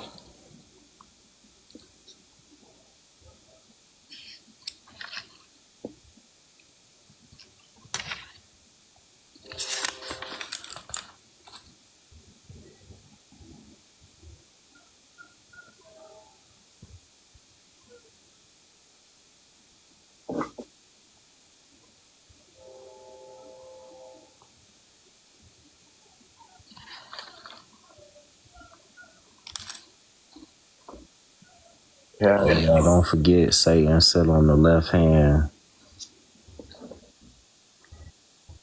He is the left hand, I should say. The left hand of God. And where Huh? where that's at?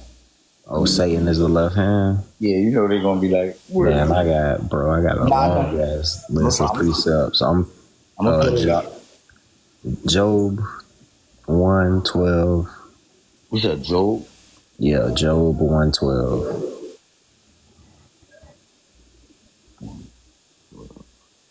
Then I got Psalms 109:6.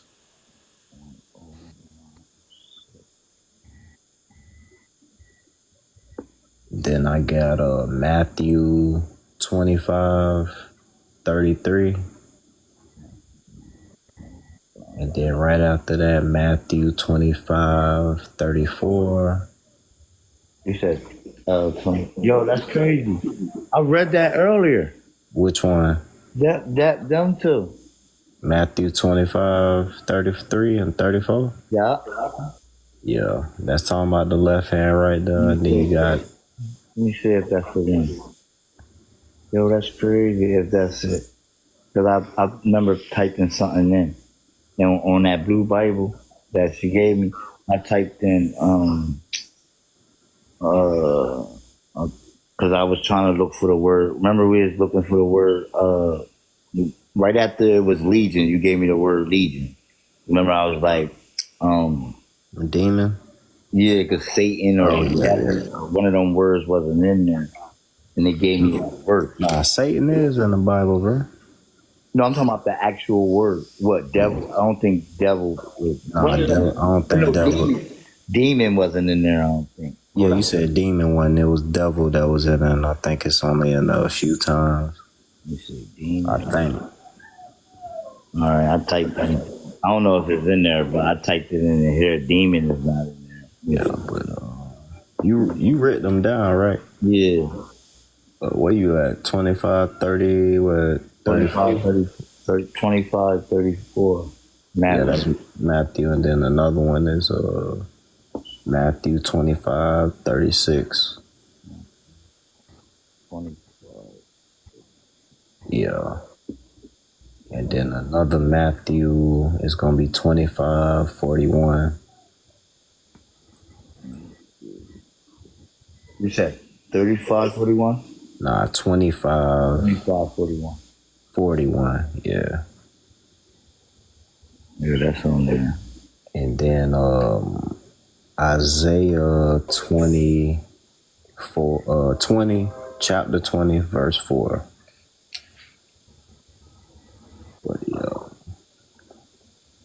All right, I got, look, right. Damn, there's a lot of them.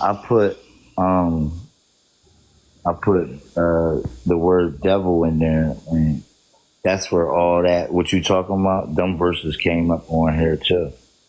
What, the Matthew 25, 33, 25, 34, 25, 36, 25, 41. They got Matthew 17, 18, Matthew 15, 22. Hold up. Matthew 13, 39. This one, all these ones got the word devil in it. They got all the revelation. Nah, I don't get it. No, I ain't saying that. I'm just saying it in general. Yeah, I don't even be getting caught up in that. Like I say, these precepts I just gave you is letting you know who the left hand is. Like it's gonna be telling you, hey, this Satan.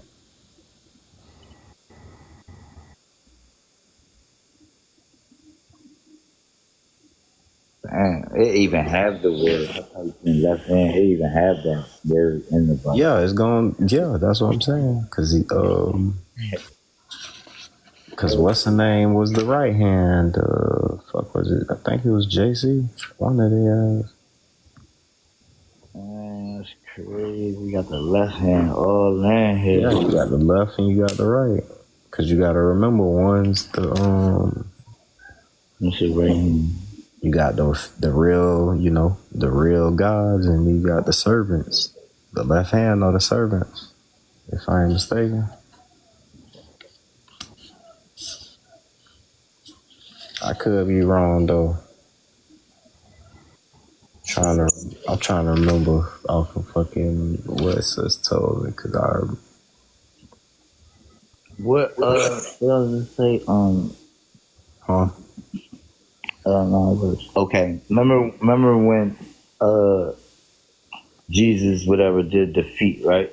What she said it meant again when he said why you ain't wash my hands and head or face or something like that. Wherever, remember that verse? The end of it is like what's that? John, the one we be talking about when he took the towel off. That's John 13. No, but the part when they say why you ain't wash like my hands when they use the word. No, that's what I'm saying. That's John 3. That's the chapter 13, but the verses would be 3 through 7. No, I'm saying what that meant when they say the hands and he didn't wash his hands. Remember, he asked them, "Why not my?" He said, "Why, Lord, why not my hands and my face?" Oh, okay. I'm reading it wrong. He asked why. Okay. I get it. He asked why not, but they ain't have nothing to do with like figuring out what hand mean or hands. Okay. Yeah. I don't mean this. Okay. Because I was thing he was trying to figure out in that was like why he washing their feet and what feet really mean. Yeah, and then after he washed their feet, they had supper. After they washed his. It was after the supper. That's when they washed up or some shit. Yeah, I'm thinking that after he washed their feet, he washed their hands and face. But you just said he asked why not that? Okay, I had it wrong. Okay, that's why I was asking. Like, okay, he did the feet, so now he washed their hands and face. What that means? But he said, why not do that? Okay, I was taking that right. I didn't read that part right there.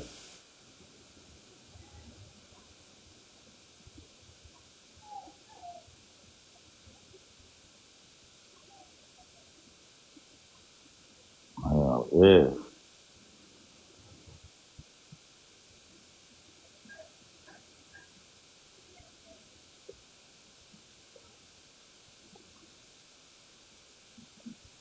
Oh, Fred, you said you took a look at what happened in the upper room. Sure. So how you feel about that?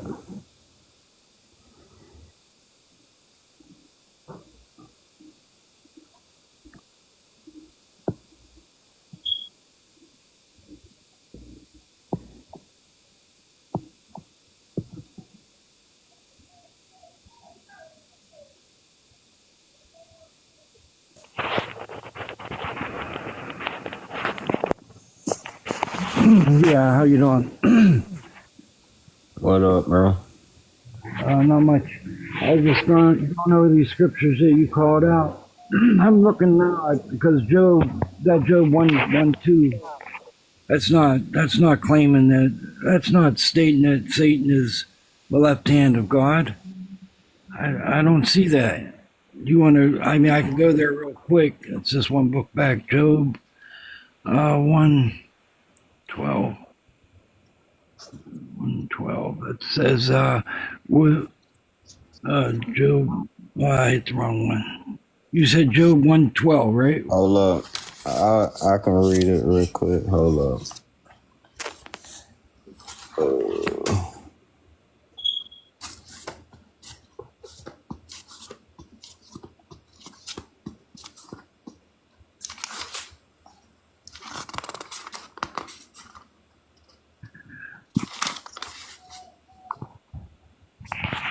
I say 1:12. Yes, sir.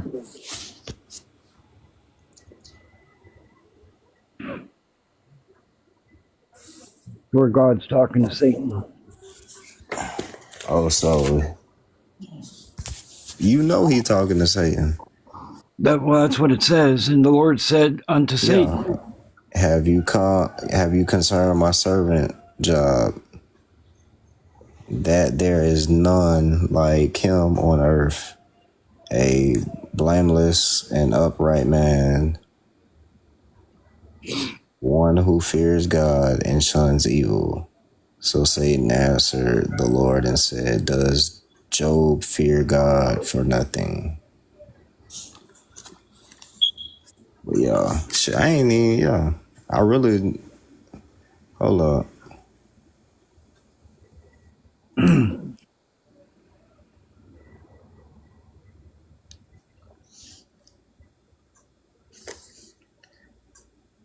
Yeah, 12. All right, I'm tripping. All right, so Nah, you tripping. What you reading? Number 12, and the Lord said unto Satan, behold, all that he has is in thy power. Only upon himself put not forth thine hand. So Satan went forth from the presence of the Lord. Hold up, cause you. Nah, that was my fault. I read 8. That's my fault. My bad. Number 8. Yeah, my bad. And the Lord said to Satan, behold, all that he has is your power. Only do not lay a hand on his person. So Satan went out from the presence of the Lord.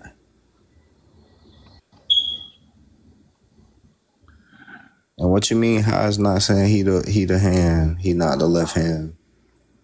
Yeah, which one are you saying? Number 8? No, 12. You saying he's not the left hand? Hold on, let me see here again. And the Lord said unto Satan, behold, all that he has in thy power, only upon himself put not forth thine hand. So Satan forth. Cause I gave that precept and I said, what after that? Go to where? Psalms 109:6. Yeah, that's where I went to right after that. Psalms is the very next book. Psalms 109:6. Let's see, 109:6. And set thou.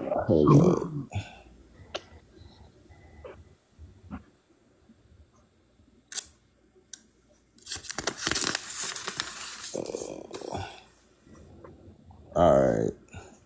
Set a wicked man over him and let an ancestor stand at his right hand. My bad. He's the right hand. Yeah, that's That's God's. what I meant. That's why I was, yeah. He's the right hand. I forgot. The servants are the right hand. But yeah, I was trying to correct myself before you got up here. Yeah, sorry about that. I was just confused. Nah, you good, because I was just telling all Noah that same thing. I'm not sure is the left or the right, but it's the right hand. Appreciate you for telling me that, though, that scripture, so I could go and read it. Yep, but no. yeah, he ain't. He's the right hand. Matthew. And what did you say? Matthew 25 follows that up? Yep, 25:33. 25:3. You said the right hand. You said the right hand is Satan. Yes, it is Satan, not the left. All right, Genesis 13-9. Is not the whole land before thee? Nah. He was trying to read Psalms. Not Psalms, but Matthew. That's where you was at.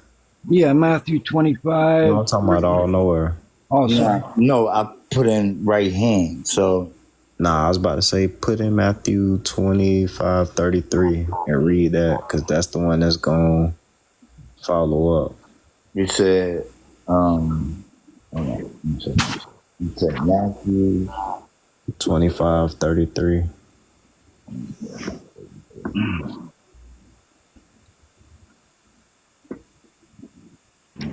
Come on.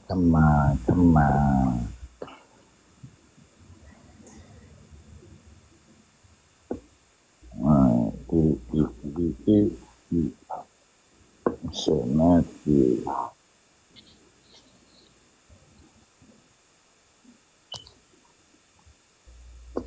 There we go. No, why are you feeling acting like that now, okay? You look at these other phones, boy. I gotta get nice. Two at once? Alright. Now, how you look up at that? You said Matthew's home.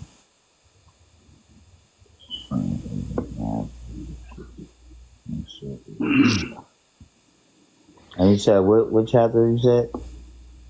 20 what? 33. You said 30, 20, 33? No, 25, 33. All right, 25. 30. Shit, I'm about there now. Good. Yep, I gotta flip a page. I'm there.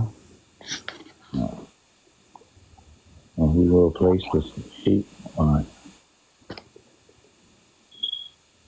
Yeah, it says, and he will set the sheep on his right hand, but the goats on the left.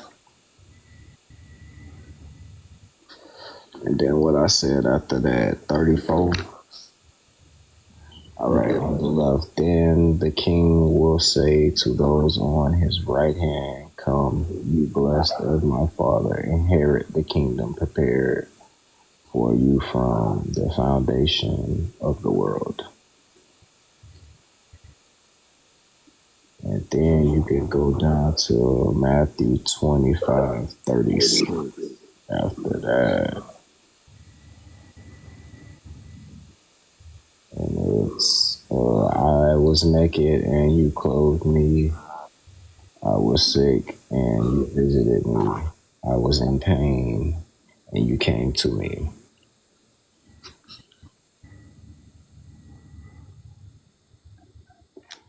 What go the precept to that would be Matthew 25:41. And what the heck that's and then he will also say to those on the left hand, depart from me, you cursed, into the everlasting fire, prepare for the devil and his angels.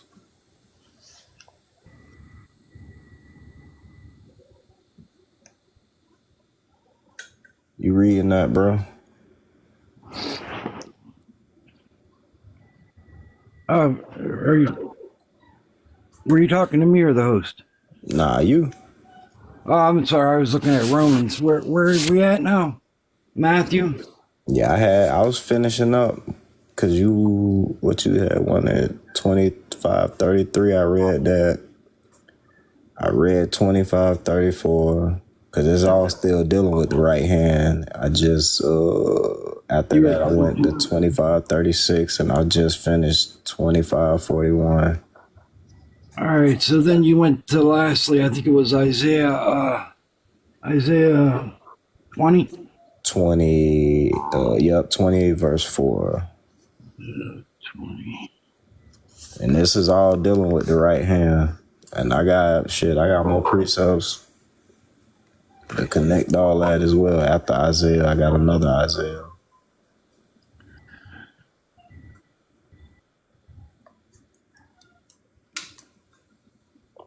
Are you sure it was 4? Are you saying Isaiah 24? 20, chapter 20, verse 4.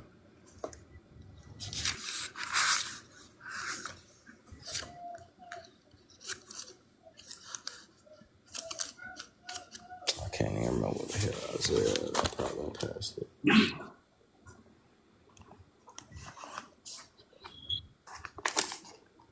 Yeah, I'm not seeing that on this one. That's It's all good. I got the book, man. Ain't nothing like manual labor. Yeah. Can't beat it.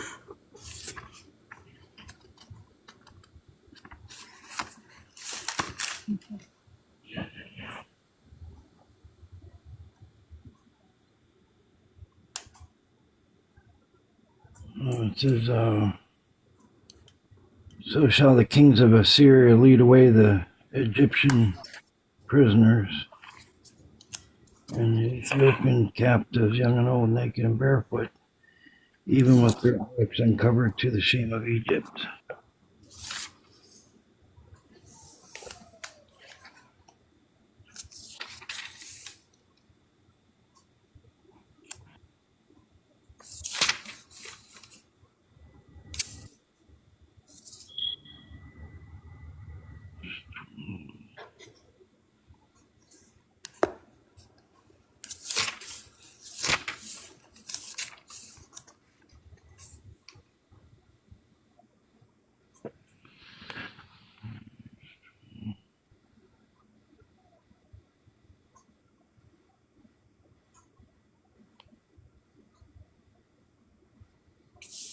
Oh, you read that? Yeah, under that Isaiah 20 and 4, I Yeah. got, So shall the king of Assyria lead away the Egyptians as prisoners and the Ethiopians as captives, young and old, naked and barefoot, with their buttocks uncovered to the shame of Egypt. yeah. And then 5 reads, they shall, hold up, let me make sure I'm doing this right. In order.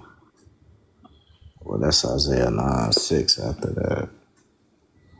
But yeah, I continue though.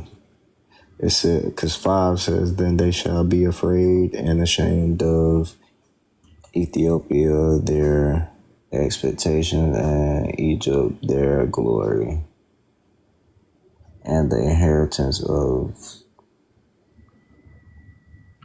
this territory will say in that day, surely such is our expectations whenever we flee for help to be delivered from the king of Assyria, and how shall we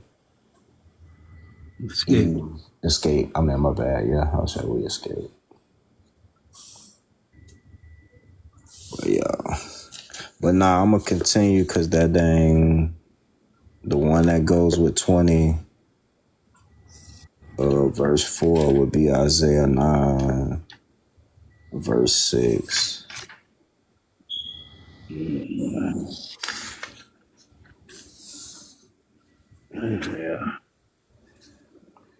And then it says, for unto us a child is born, unto us a son is given, and the government will be upon his shoulder. And his name will be called Wonderful Counselor.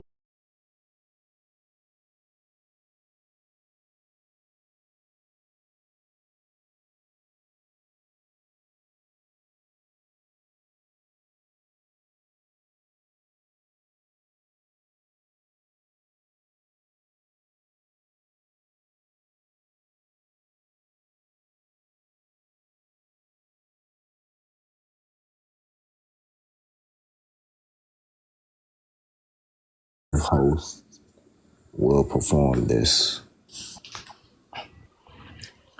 And remember, didn't I just tell you about that earlier? What's the name? Oh, Noah. I don't know if bruh's still up. Well, no, you still there? I think he was writing something down.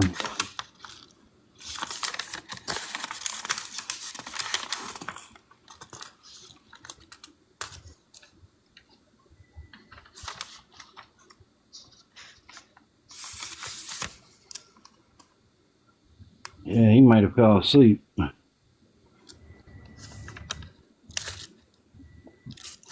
I was trying to point something out to him because this was the Lord of Hosts at the time. And the Lord of Hosts is the Lord of the armies, according to Scripture.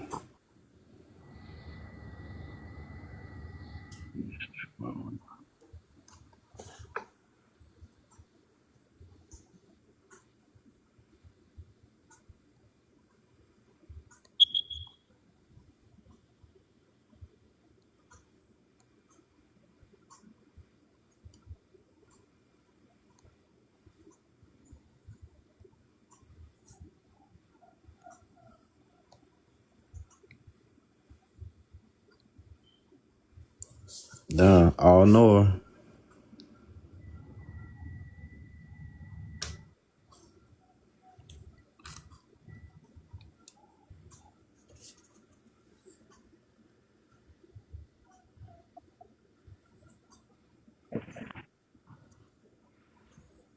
All right, brother. Thanks for sharing those.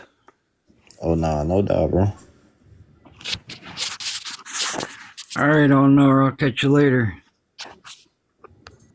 You have a good night.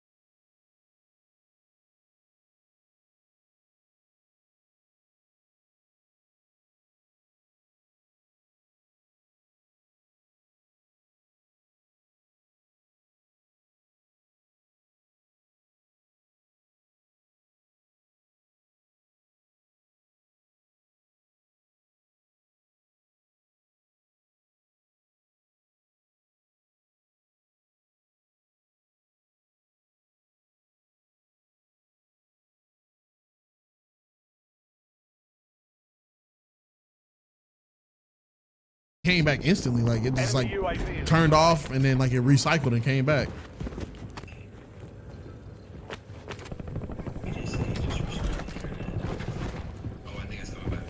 Oh, a word?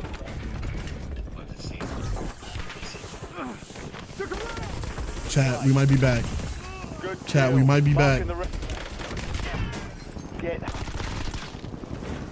Enemy destroyed. Use your tac map to hunt down the rest of them. Let's get it. You hopping back on?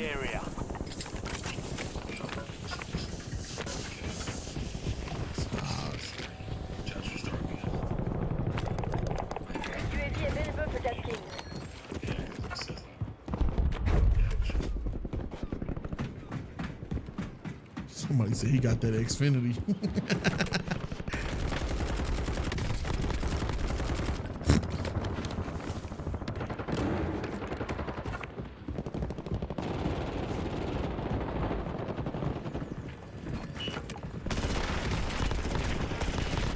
Mark remaining operators from that squad. Hunt them down.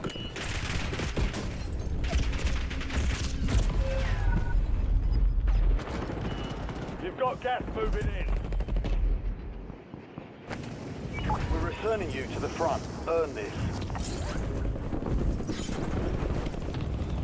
We've got 10 squads active in the field. Enemies are dropping into the area. Watch the skies. Enemy UAV. Place also still cooked.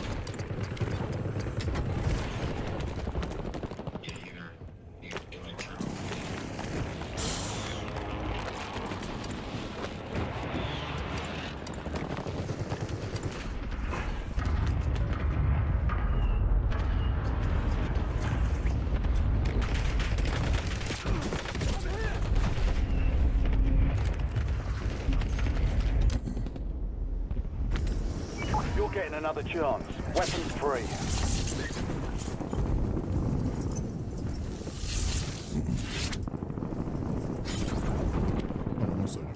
Yo, my dog Devin with the motherfucking Thanks for the sub, baby. Yes, Sirski, let's get it. Chat, we're trying to see why the internet keep going out, and it literally just keep going out, bro. Like that shit's fucking cooked.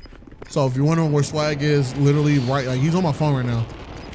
That shit is it's just cooked, bro. Like I mean, I'm holding it down as best as I can. You know what I'm saying? Like,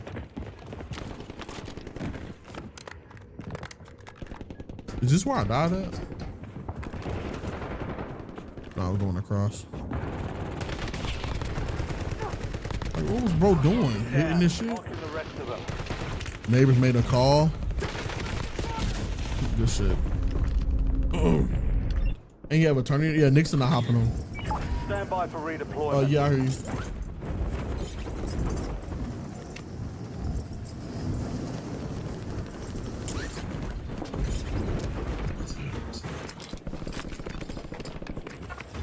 Wait, it came back on?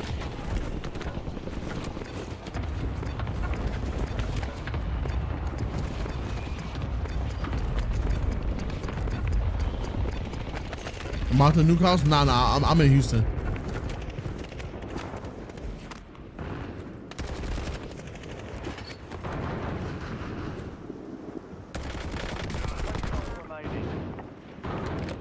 Wait, it just said you went live. Yeah. It said Swag is live, yeah. You're confirmed.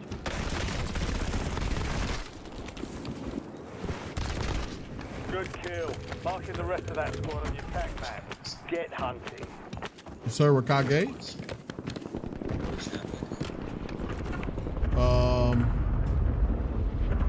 Let's see.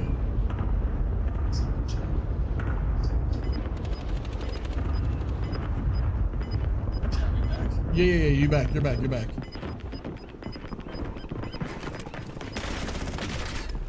Gas is moving. Enemy UAV is online. Target down. Marking the rest of them.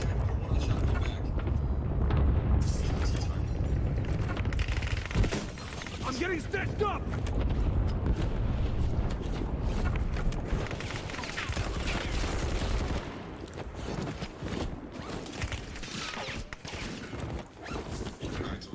I bet. Hostile UAV in the area.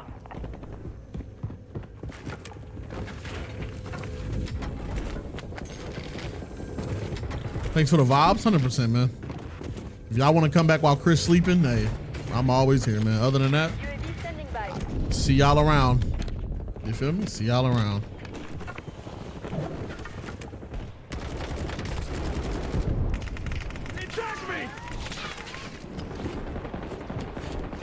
Sorry, chat. I was literally just we were trying to fix my dog PC in the internet. So I'm here to stay. Did all that, bro.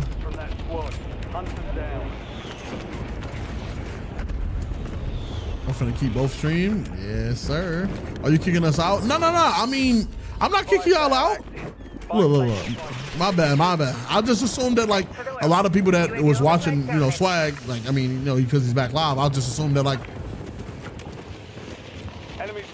you know what I'm saying? I was just assuming that like, you know, everybody go back over there, which, or not everybody, but you know, most.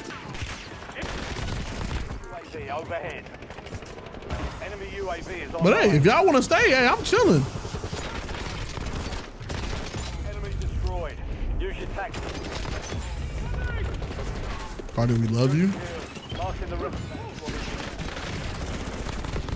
I love y'all too, man. Know that. I love everybody. Chilla Big Papa? Yeah, Sarsky. What game is this? You know what game this is. You know exactly what game this is. LDBR inbound.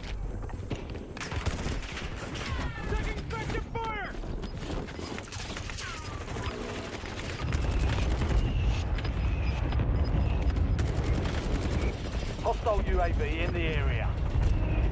Gas is inbound.